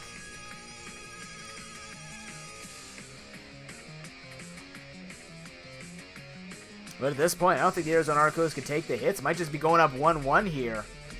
Hawlucha's proven to be a little bit of a threat if he's not having that good defensive wall. But you know what? Hawlucha was showing the weakness in the defensive core that the Articunos have. Bronzong, Granbull, and Amoonguss isn't going to do anything, right? Skuntank's going to come in. What is little old Skuntank going to do? Probably not much, as the Arizona Articunos forfeits. Say, just bring me to game number 3 as the LA Ledians even up the match 1-1.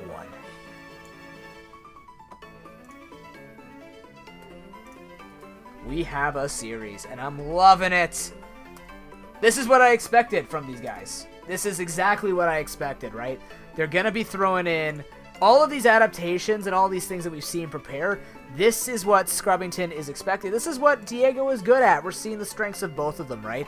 Although I do feel like Scrubbington might have overread the extra preparation for the Conkeldurr, and I don't think that Feraligatr is going to get as much done as he maybe thought it would, but maybe he can luck out and get more stuff done with the other sweeping Pokemon, because the PZ wasn't on that team either, so maybe he's really worried about those 2 Pokemon being handled. But Hawlucha is quite a threat, and I think that's something we may have overlooked here on the side of LA Ledians, so he doesn't really have Pokemon in his roster that could even handle the Hawlucha per se. The best that he could try and do is Smeargle it because he knows he has a Choice Scarf, so clearly he's going to be running some other hacks move, Spore, maybe Parting Shot, or U-turn, whichever one he's going to be going for there. But he's also got the trick, maybe he can get stuck.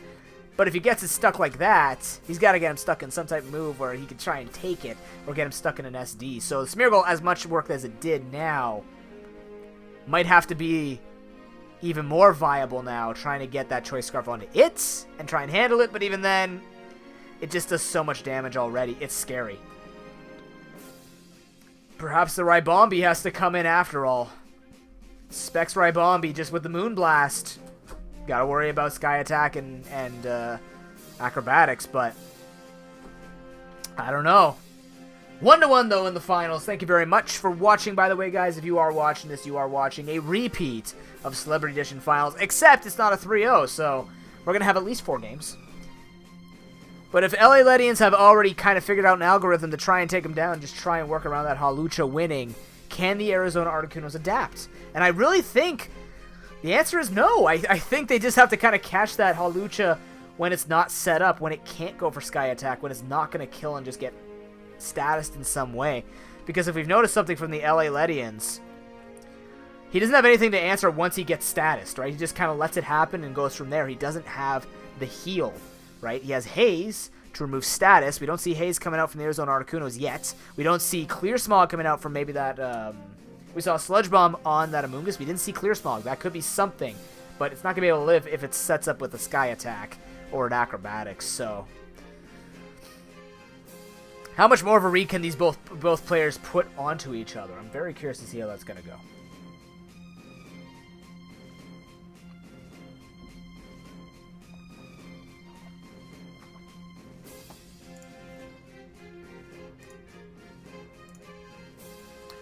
I guess we're about to find out right now. Ladies and gentlemen, we are getting into game number 3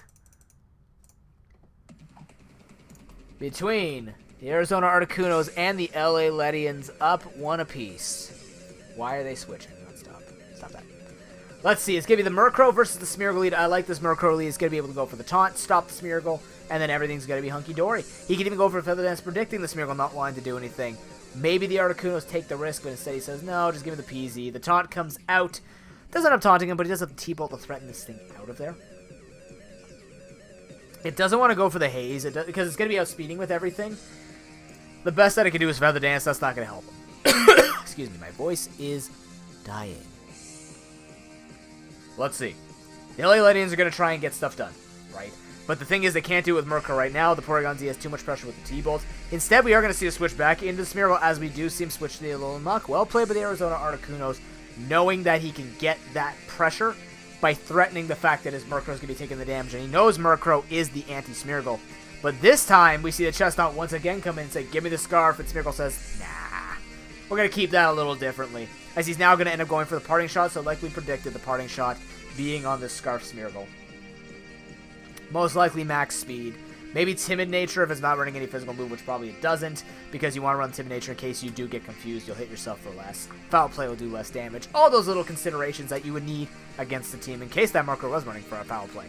Spikes are going to be set up now, so this is the interesting thing. Spikes are in the best interest for the LA Ledians to try and threaten it because they know they have the Hippowdon that could take the hit. That is a lot of damage that I didn't expect to happen already on that Chestnut, though. That's a 2-shot. We do see this Conkeldurr come back into form. We also see the Flygon saying goodbye, but the Feraligatr staying. So, making room to bring back these threats and just try and threaten him from here. That Drain Punch is going to come through, do nothing. As you just see him bulk up yet again. This is well played by the Articunos. He knows that he could do this. However, depending on how much damage he takes... Oh, well played with that bulk up. He might be able to take a hit from Hawlucha now, but he does have to be careful. Drain Punch is going to come through. He's trying to soften him up, but I wouldn't go for Drain Punch because he's just going to heal that much more. If he ends up living with a % or 2, that's going to be on the LA Ledians for not going for Wood Hammer, reducing both the Conkeldurr's HP and also his own so he can't heal as much. But yeah, there's Haze on this thing. Drain Punch comes through. Even Knockoff would have been nice there. He could even go for Feather Dance at this point before going for Roost, and that's exactly what he's going to do. As we do see him go for the Drain Punch yet again. At this point, Arizona Articunos are more favoring healing up instead of knocking off the Eviolite on this. And that's exactly what he's going to do, but that Drain Punch does a bunch of damage if he goes for the Roost, so he's going to slowly die from that. He could also try and stall those Drain Punches as much as possible with the Murkrow by doing that. He just has to be careful. I feel like Knockoff might be coming in from the Articunos knowing that this Murkrow might want to switch. But at the same time, if he goes for Roost, he's just going to keep taking damage. So now it comes down to a little bit of those Mind Games to talk about. It's game number 3. Mind Games are abound.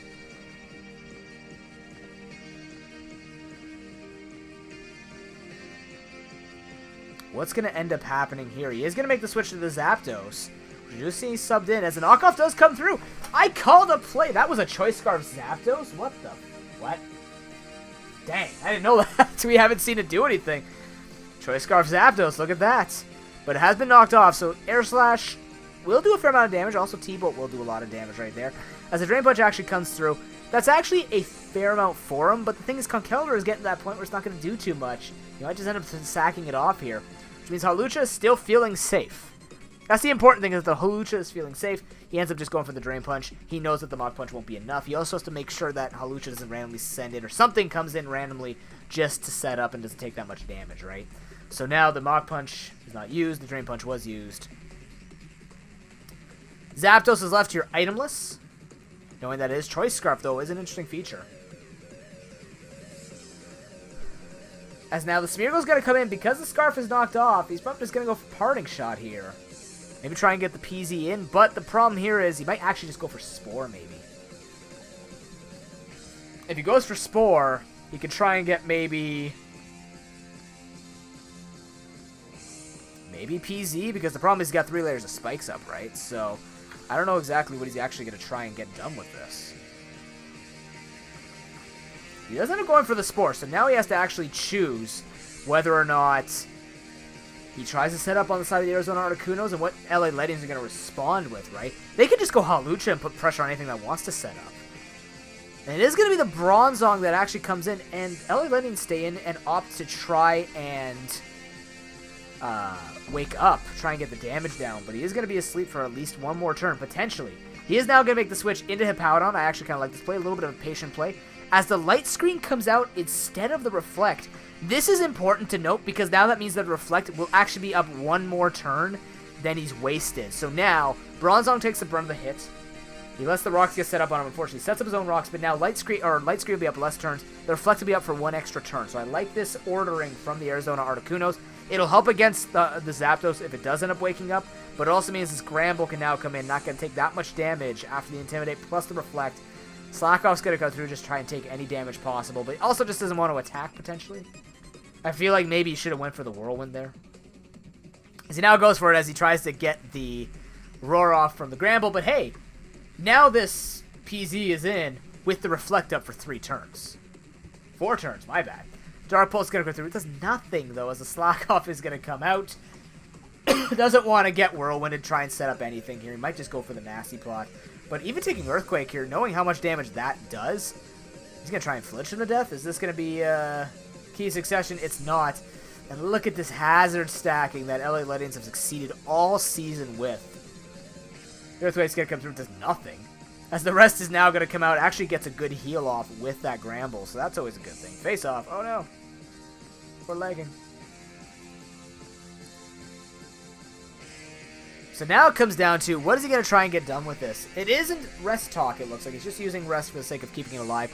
Bronzong's brought in because it's Heat Proof. It is going to die to the spikes. So this is kind of a good thing for the Articunos. Gets the free switch into whatever he wants. And it is going to be the Smeargle taking so much damage. Does he go for the Scarf now? I don't know, because he seems like he's backed in a corner. This Hawlucha is really just in the back of his mind, but he is going to end up going for the trick. Gives the Scarf over to the Hippowdon. Elodian's suspecting maybe that could happen. Ends up going for the Earthquake, so now he's locked into Earthquake and will outspeed this for Alligator and go for Earthquake. And after the hazards, might kill. I don't know. It's a defensive one, but it could kill. You see the DD come through as the Earthquake comes through. Okay, never mind. It doesn't kill. It does nothing. And instead, we see him set up with the DD, so it's not SD. It could be SD. Who knows? He has double setups all over the place. We saw Waterfall and Ice Punch. Waterfall is going to wreck this thing from that range. He doesn't does he outspeed the... He might just be slightly faster than that Hawlucha. I don't know if a +1 Ice Punch will kill off that Hawlucha after rocks? I feel like it might. The problem is, though, I think he has to get to +2 for the sake of taking out that Alolan Muck. And then he has to deal with the... Oh, actually, Murkrow can't come in, so this little Zap will come in. Maybe he goes for the second DD. He ends up He doesn't end up going for it, so I don't know if this will actually kill. And Powdon can now switch out. Is going to go for that Waterfall because it knows it could probably take a +1 Waterfall. Not well, but if he doesn't get flinched, he can definitely phase this thing out. And, oh, it's dead. Never mind. He just wants that sand residual damage. One thing to know is Lycanroc is not on this team. Alolan Muck comes in. Puts the pressure up. I feel like a second DD could have really, really helped him here. But the Shadow Sneak's going to come through. Does nothing. Diego. Whoa, he dies the +1. Never mind. Actually, we saw 69% before. That will kill after +1. With that, I feel like Earthquake... No, actually, well, no. Ice Punch will do more damage here.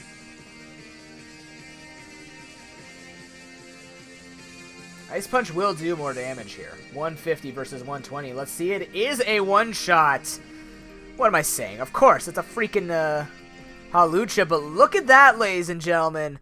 Gets wrecked game number 1 during the regular season. Takes it to playoffs and says, I'll win with it. GG! The Articunos go up 2-1. I do have to admit, sometimes damage calculations are a bit sketchy. That's definitely not one that we need to worry about. Sheer Force Ice Punch is going to murder it. And with that, Arizona Articunos primed and ready to take the championship. And I do think that really, with that Hawlucha being handled, that's one way to handle it. Outspeed it. And Arizona Articunos have Dragon Dance on that Flygon. He has Dragon Dance on this Feraligatr. That is one way to kill it off, is just be faster with it and kill it with Ice Punch. And that Conkeldurr didn't have to do that much. It took out the Chestnut still, did a bunch of damage that it needed to do. And then I feel like... I don't know if it was greedy to keep the Zapdos in, or maybe he was thinking that it would be foddered off a lot more, and Arizona Articuno was really playing well around that. But that Zapdos didn't do it. I don't think it did it. It had the T-Bolt, did 50% to that Conkeldurr. It has the Scarf, but he got knocked off, lost that pressure. And then on top of that, gets put to sleep, and then has no value. But I mean, Scarf Spore is just going to be hard for anyone to handle regardless. So, gets wrecked with that Spore, and now has to deal with it. And with Chestnut being gone, he can't even Spore fodder. Like, there's so many things that could have gone better for the LA Ledians, but I really do think it was a bit... I don't know. I would have to hear the reasoning of why he kept the Zapdos, and I feel like he was trying to fodder it off at one point, or just try and wake it up for the sake of having it awake, but it didn't work out for him. So now it's 2-1 for the Arizona Articunos. Can they?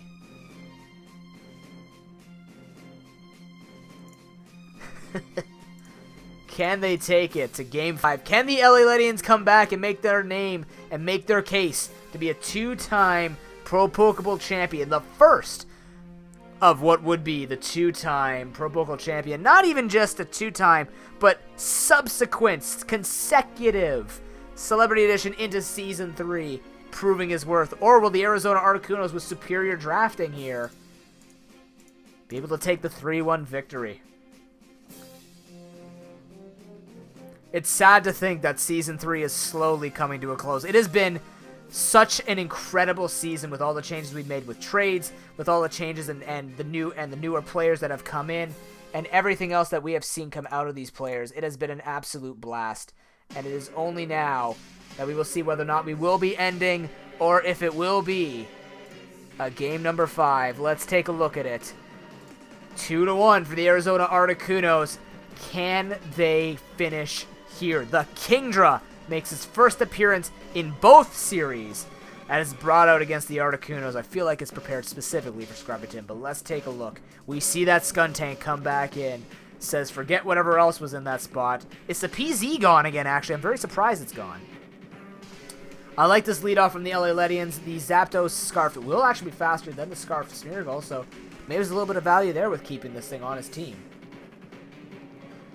So let's see what he's going to be doing. Still hasn't brought out the Lycanroc. Doesn't feel like Lycanroc can do the sweeping, and I kind of agree, because Hawlucha really is the carry here. The Bronzong is just going to come in, take the hit. The Volt Switch will come out. Safest thing for the LA Legends to do. Doesn't have to try and one-shot the Smeargle. It just has to have switching momentum. Because either way, Smeargle's going to be doing something, and he can even predict the parting shots coming through a Spore. He can easily read that, although Chestnut can read the Spore. He can take the parting shot, he can take the trick, he can take anything, so Chestnut is a nice pivot switch for that Smeargle. For that Smeargle-specific set. We still haven't seen the fourth move come out of Smeargle, though. We've seen parting shot, Spore, and trick. We don't know what its fourth move is yet. That's going to be very important to figure out. But the Powdon's going to come in. We know this is a heat-proof Bronzong. Can threaten with that Earthquake. Can also just set up rocks for free. Gramble's going to come in. Says, I don't want you taking too much damage, but opts to go for the attack from the side of the LA Ledians. So this is a good one. He's actually going to make a double switch now into the Conkeldurr. Realizes, yeah, rocks are going to be set up for Earthquake. I get a free burn. And this is good for Conkeldurr. As this burn is going to put a lot of pressure down. Hawlucha actually comes in. Oh, knocks off the Power Herb, but I think LA Ledians go TY Scrubbington because he's got Unburden and he's got Acrobatics. He doesn't need to use the Power Herb, but instead has to make the switch. Maybe knowing he doesn't have the damage, the Mach Punch is going to come through. I guess can't risk taking that much damage for the Mach Punch, but now this can come in. So that's actually, with not being able to use that Unburden, that's a big deal because it's only when he loses the item. It's not when he switches back in and doesn't have an item he gets double the speed. Unburden is not active anymore. T-Bolt's going to come through. Ooh, nice perfect crit. 50 plus 1.5 times equals, yeah, plus 1%, whatever. Variations, that crit is going to take out the Conkeldurr. Not what the Articunas want to see right now after they've done an incredible crippling on that Hawlucha. As that Thunderbolt's going to come through, the Stealth Rocks come out. Damage flying left and right here. The hazards are prepped. This is interesting, though. The Conkeldurr has been taken down prematurely.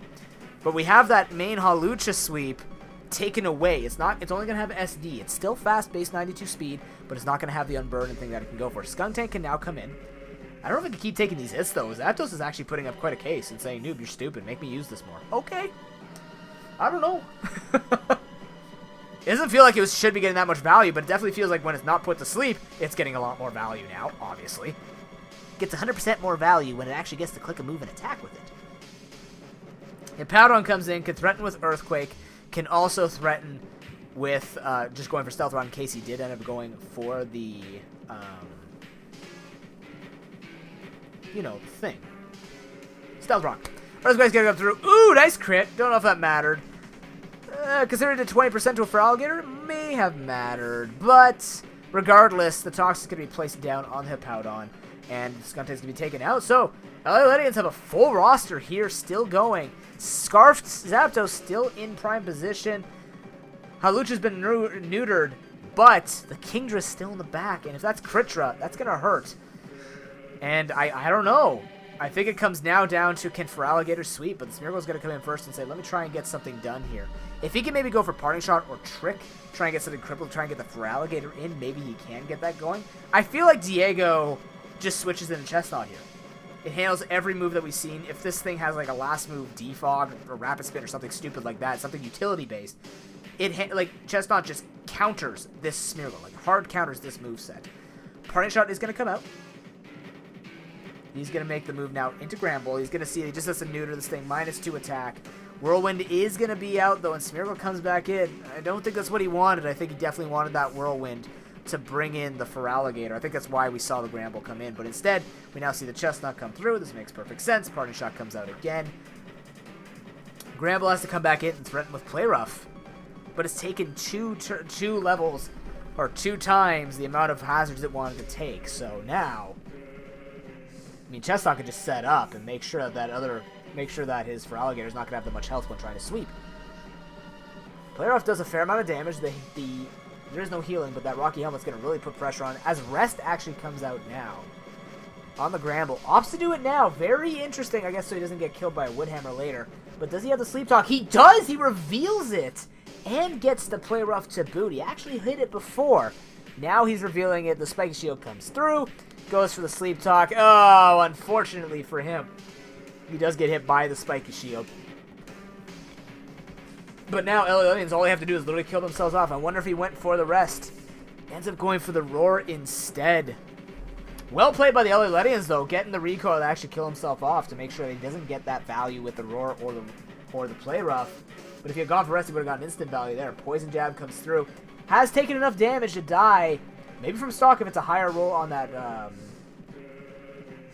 waterfall from Feraligatr. But at this point, it's down to Feraligatr having to sweep the world. I don't know if he can sweep the Kingdra unless he gets a freeze on that Kingdra. And oh my god, I don't want to caster curse him, but it could very well happen here. Let's keep in mind, this is Pokemon, ladies and gentlemen. This is not a competitive game. This game is full of RNG and BS. And that's what's going to be happening. The Spore is going to come through out on this Alolan Muck. We've seen this before. Now he's going to make the switch to Feraligatr. I think this is the time you switch to the Kingdra and say, what are you going to do? And I think that might just be checkmate if the LA Ledians make that move.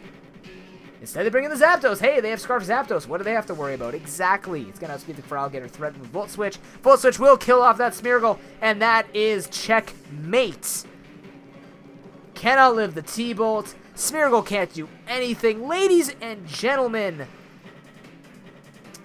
it turns out that Sweet D is not ready to hand over the victory, as we are going to the second Game 5 of tonight in the ProPokeBowl playoffs. GG. Unreal. Checkmates him, like literally just checkmates him into oblivion and says, you can't handle this. But this is nuts. This is almost, actually, didn't I call it was going to be a 3-2 in favor of Scrubbington? Because I think the thing that's really getting me right now is we're seeing... Here's the weird thing. We keep seeing that PZ taken out. I don't know why. Like, the Porygon Z to me feels like... I know it doesn't have Ice Beam to handle the likes of Chestnut or Hippowdon and stuff like that. But I really... I said 3-1? Are you sure? I thought I said 3-2. Either way. I don't know. I know why he's not putting it in there. But I just also feel like he's getting more value out of having that on his team. And it almost feels like when he's trying to make this move outside of PZ, it's just not helping. And he didn't get the setup with the Feraligatr. I think that's a super important thing here for Diego. Is that Scarf Zapdos? Hey, what does it do? It stops that Feraligatr. Even when it sets up a +1 DD, it's going to be faster no matter what. It's a base 80 speed versus base 70 speed. One of the unfortunate things about Feraligatr is the fact that it has average speed. And if that's going to be the sweeper, well, keep the Scarf alive. Don't let it get the Spore. And now we know why he spent so much time trying to wake it up, because that's going to stop the Feraligatr from sweeping. But we're going to game number 5. This is the best way to end the season, man. Like, this is exciting.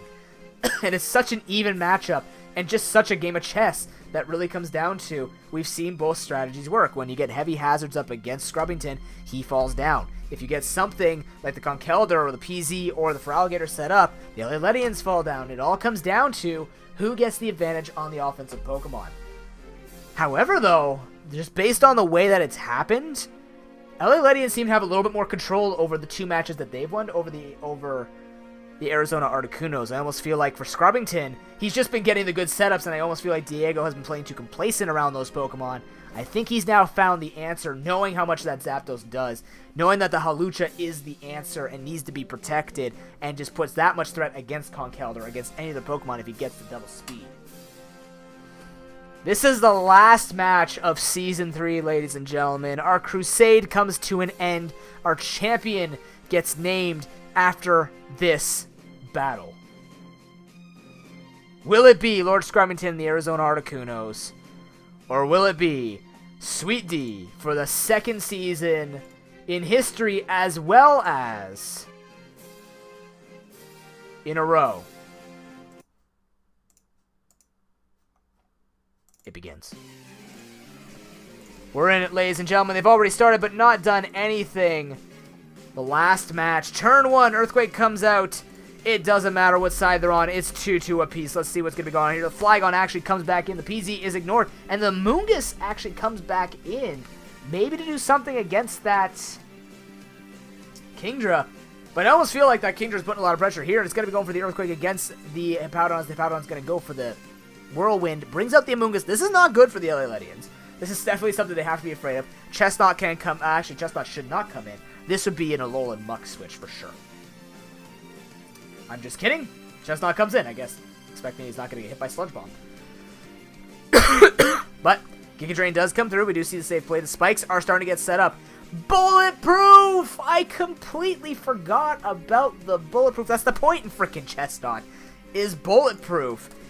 Ooh, Scrubbington making the same mistake as the caster. That's always a dangerous thing. But here's the thing. We were looking for that Clear Smog, and lo and behold, Amoonguss had it the entire time. If he had gone for it, this thing should be down to 3%, maybe dead, depending on the damage rolls of that Clear Smog. Diego forgetting taunt, or Prankster can't hit dark types.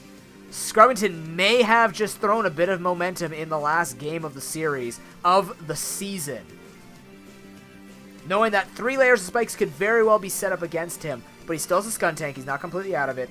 No Smeargle this time, mind you. So we'll have to see what he's going to do. The Skuntank is now going to come in. 3rd layer of spikes is set up. Defog is probably a must here, which means Diego could go for the likes of Drain Punch and just heal up a little bit here and do some damage to this. And that's exactly what he's going to do. Fair amount of damage.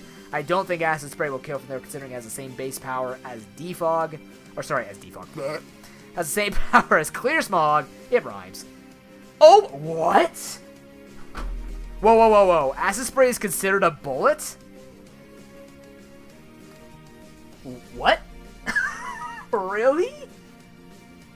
Oh, no. I had no idea. Acid Spray is considered a ball, even though the animation in the game is a bunch of spray. Oh, no. That, I think, surprises all. So he's going to get the Toxic off now, but the Skuntank is dead. Skuntank is pointless. If rocks come up, it's over. He's got to go for the flinch here. It's the best he can do is the spikes actually come up. Sweet D taking the free time here, knowing he can't get hurt except through the likes of Dark Pulse. Z-Fog comes through, Drain Punch comes out. He's going to get the healing, but not, luckily from the Aftermath plus the Toxic will bring this thing quite low, so spikes might not actually get set up after all, as he's brought it down quite low. Nice recovery there from the Arizona Articunos. But I think we all learned something today. Acid Spray doesn't hit bulletproof. Who actually knew that? Please raise your hand in chat if you actually knew that. I had no frickin' idea that Acid Spray, of all things, was considered a ball or a bomb. Because literally it's like ball and bomb moves.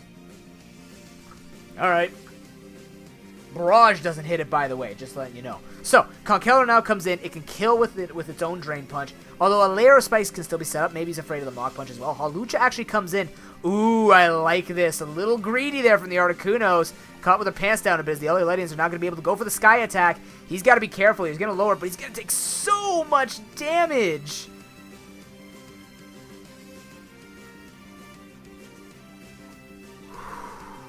Or miss. Okay, he still gets to double the speed. Oh, that's gotta hurt. That is so much damage lost on a Pokemon that can consistently switch into that and prevent a sweep like that with Intimidate. SD is still a thing, but my god, that's, again, Unburning gone. He can't do anything about that. The Alolan comes in, the Amoonguss comes in. This is a nice answer to the Alolan, kind of. It's not going to be able to do much, as it's just going to be able to take the hits and go for regenerator boosts. But Bronzong luckily can kind of scout for this. Knockoff is going to be a thing that's going to come out here. Or not. He's actually going to make the switch into Chestnut instead, knowing that he can take the hit. Nice play by... Wow, Scrubbington makes a really good play. Goes for Clear Smog, actually. I guess predicting that thing to come out, try and set up on it. Very well played. But Hawlucha can go for an SD here. Although, he still has Clear Smog. But instead, he's going to opt to switch. Goes to the Gramble instead. Says, I'd rather just take it out. As the Acrobatics says, see, absolutely nothing. And Rocky Helmet's going to be hurting. Scrubbington's got the in here. Can he maintain it, though? We still haven't seen what this Kingdra is going to do. And it's being saved, and nothing's been revealed on it in either series. Game 5 mystery, ladies and gentlemen. That could be the ticket for the LA Legends to win this, but Slackoff's going to come through as the Amoonguss comes back in. This is the full defensive core that the Articunos have at their disposal, and he's making good work of it right now. The Kingdra makes his play as the Spore comes out. Is this rest? Is this Sleep Talk? Is that the reason why he put it in? Is this Sleep Talk 3 attack? It could be. If he did that specifically, maybe he thinks that it just can't sleep because Gramble's still alive. But we see the Bronzong versus the Alolan Muck. This is knockoff territory for sure. Considering he's going to be able to outspeed and do a bunch of damage, Scrubbington's going to have to figure out maybe the Conkeldurr has to come in and take the hits. It is at full health. Doesn't need the Flame Orb anymore. 5-5 right now. The last match of the night, of the season for the Championship Cup. 2-2. What a better way. What better way could it possibly be? If it gets down to one Pokemon with 1%, that would be the end of it. Knockoff does come through. Conkeldurr is that play. As we are going to now see the Ellie switch into that Scarf. Does he go for the knockoff? He doesn't. He opts not to, but does a fair amount of damage. I feel like that was a bit of an oversight. I feel like knockoff could have been really useful there, unless he was predicting the Hawlucha to come in. It still would have been a lot of damage to Hawlucha. I'm not too sure. I guess he just wanted the HP. He knows he's only taking 50% from the T-Bolt, so Amoonguss is going to come in, soak up that T-Bolt very nicely. He's already used Spore. He could just go for Clear Smog. He can actually go for Sludge Bomb here. Considering that the Chestnut's dead, it could try and get a poison on a Pokemon that's not a Alolan Muck, or just do a bunch of damage to a Pokemon like Hawlucha. That could be the play now that Chestnut is down. Playing that Clear Smog was very good. Instead, they're going to make the double switch. Conkeldurr comes back into that Alolan Muck. Alolan Muck slightly faster, can go for some damage. Might end up giving us life, though, and it's going to heal up a bunch back onto that Conkeldurr, so... This is tense, because that Hawlucha is still in the back. Yes, the Spore is on the Kingdra, but that Scarf Zapdos does stop everything. But I just noticed, actually, that we do not see the Feraligatr. We see the Flygon instead. Knockoff was used that time, as now the Hawlucha is in prime position to try and set up, as the Gramble is actually going to come in. It has to keep taking Acrobatics damage, but it keeps giving Rocky Helmet damage. This is good damage for the Articunos. Once Hawlucha falls, the only thing left is Zapdos, and we still have a Flygon and an Amoonguss alive. This is getting dire for both players. This is becoming very much a battle of inches, as he might be trying to force Gramble to go for the rest, as the Stealth Rock is going to come through. The rest does come through. I do like this, however, this could become risky. If he has to start relying on Sleep Talk and doesn't hit Play Rough against that Hawlucha, that could be the breaking point. +2, though, doesn't do any damage to that Gramble. Oh, this is it. Does he get it? He doesn't get it. They're going to try and go for the Sleep War here. He's going to try and wake it up. Let's see if the Alolan can hacks his way through. The Amoonguss says maybe we can do it. As we don't see it wake up, starts taking the chip damage. We do see leftovers that could signify a subset. Could be sub-disable. We've seen it before. He's run it before with disable on this. Ends up going for the Sludge Bombs. Not doing a lot of damage, though. Wastes the sand. I don't know if he wants this thing to wake back up. Does he just risk the Spore here? He does not. He does! Very smart on the Articunos to just maybe risk in case he wakes up. It is in his best interest to go for Spore, considering that he's not going to be doing damage to it anyways. He has to catch it as long as it doesn't have Substitute. If it has Substitute, he's boned from there, because that would be sub-Critra that we've seen before. So, the Hawlucha's caught off guard. Sludge Bomb comes through. It's down to a Alolan Muck. That hopefully waking up Kingdra for the Alolan and a Scarf Zapdos that's just not hurting. We don't see Air Slash coming out yet. The Alolan Muck comes in 5-4. The powerhouse of the series for the Alolan has been dropped. As Conkeldurr now will come in, take its due damage. It's actually not that. Actually, it's enough. It will be outspent. That will be enough to kill it off again. Oh, the low roll as he's able to go for the Drain Punch and get the kill. Ooh, that is not good. Okay, the Scarf Zapdos is in here, though. Can do some damage. You try to go for Volt Switch at this point. Volt Switch will kill. You get us some pressure. I think Flygon comes in. Maybe the HP Ice is predicted, though. Mach Punch comes through. Conkeldurr, it's your time to sleep. Oh, my God. The HP Ice did come through from the Alolan. Smart play, knowing that it would also kill the Conkeldurr. This is getting down to the wire, because if that Kingdra wakes up and does whatever it's supposed to do, it could be the end. The Bronzong knows it can come in. The Powdon's coming in. The Toxic is flying out of this. No, it's not. It's got Gyro Ball. What am I saying? But it is going to be able to go for Stealth Rocks. He might actually go for he might go for Reflect followed by Light Screen to get that 8 turns of Light Screen up again. And that could just be his ticket in to go to Flygon and sweep. Instead, he just ends up going into the Gramble now. Wants to waste the sleep turns. Let's see if he actually remembers the sleep turns. We've seen him make a mistake with Sleep Talk before. This is the time he wakes up, though. I believe he's gone through 2. I think. Uh-oh. I hope he remembers, because it's up to him, not me. He does make that switch again back into the Amoonguss. Alright, so he's using this Amoonguss to kind of just bait out and see what the Kingdra's going to try and do. The question is, what if there's Ice Beam on Kingdra? This is scary, because if Kingdra sets up anything like a Rain Dance, just goes to the Draco, doesn't do anything. As Giga Drain comes through, Amoonguss is perfectly healthy. That is no damage coming out from that. I do suspect a Sniper Kingdra, though. I thought maybe something like that. Oh, Icy. Oh, he misses Icy Wind! Icy Wind is a good call for the sake of him being able to outspeed and try and set up with Dracos, but Icy Wind. Interesting choice, maybe for the sweepers themselves, but Giga Drain's going to come through now against that Hippowdon. Hippowdon's got to find an answer here. It's just going to be able to slack off on the damage. The Moon's going to be back to full, and that Kingdra's back to sleep and hasn't used any sleep turns. This is so tight for the LA Ledians. Earthquake comes through, does a fair amount of damage to Giga Drain with that crit. That might be it. Oh, man. That Hawlucha dying is the lifeline for the LA Ledians as the Arizona Articunos are looking to take it in a 3-2 fashion. Giga Drain comes through. The Hippowdon is down. This Amoonguss coming back in proved to be so useful for the Arizona Articunos. And ladies and gentlemen, we may be naming a new champion for Season 3.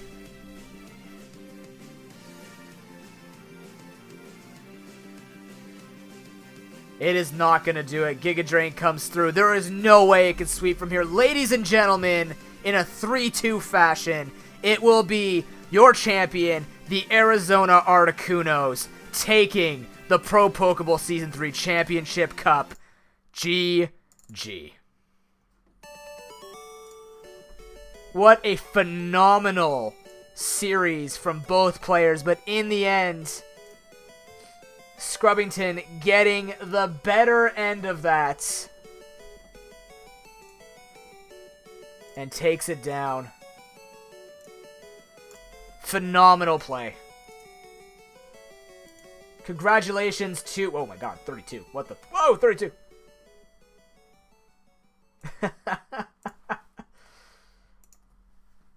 What an incredible feat that this team has brought out. And this is what he was looking to do last time. It is time to end the tournament, though. It is the end of Season 3 as your champion right there, the Arizona Articunos, are revealed.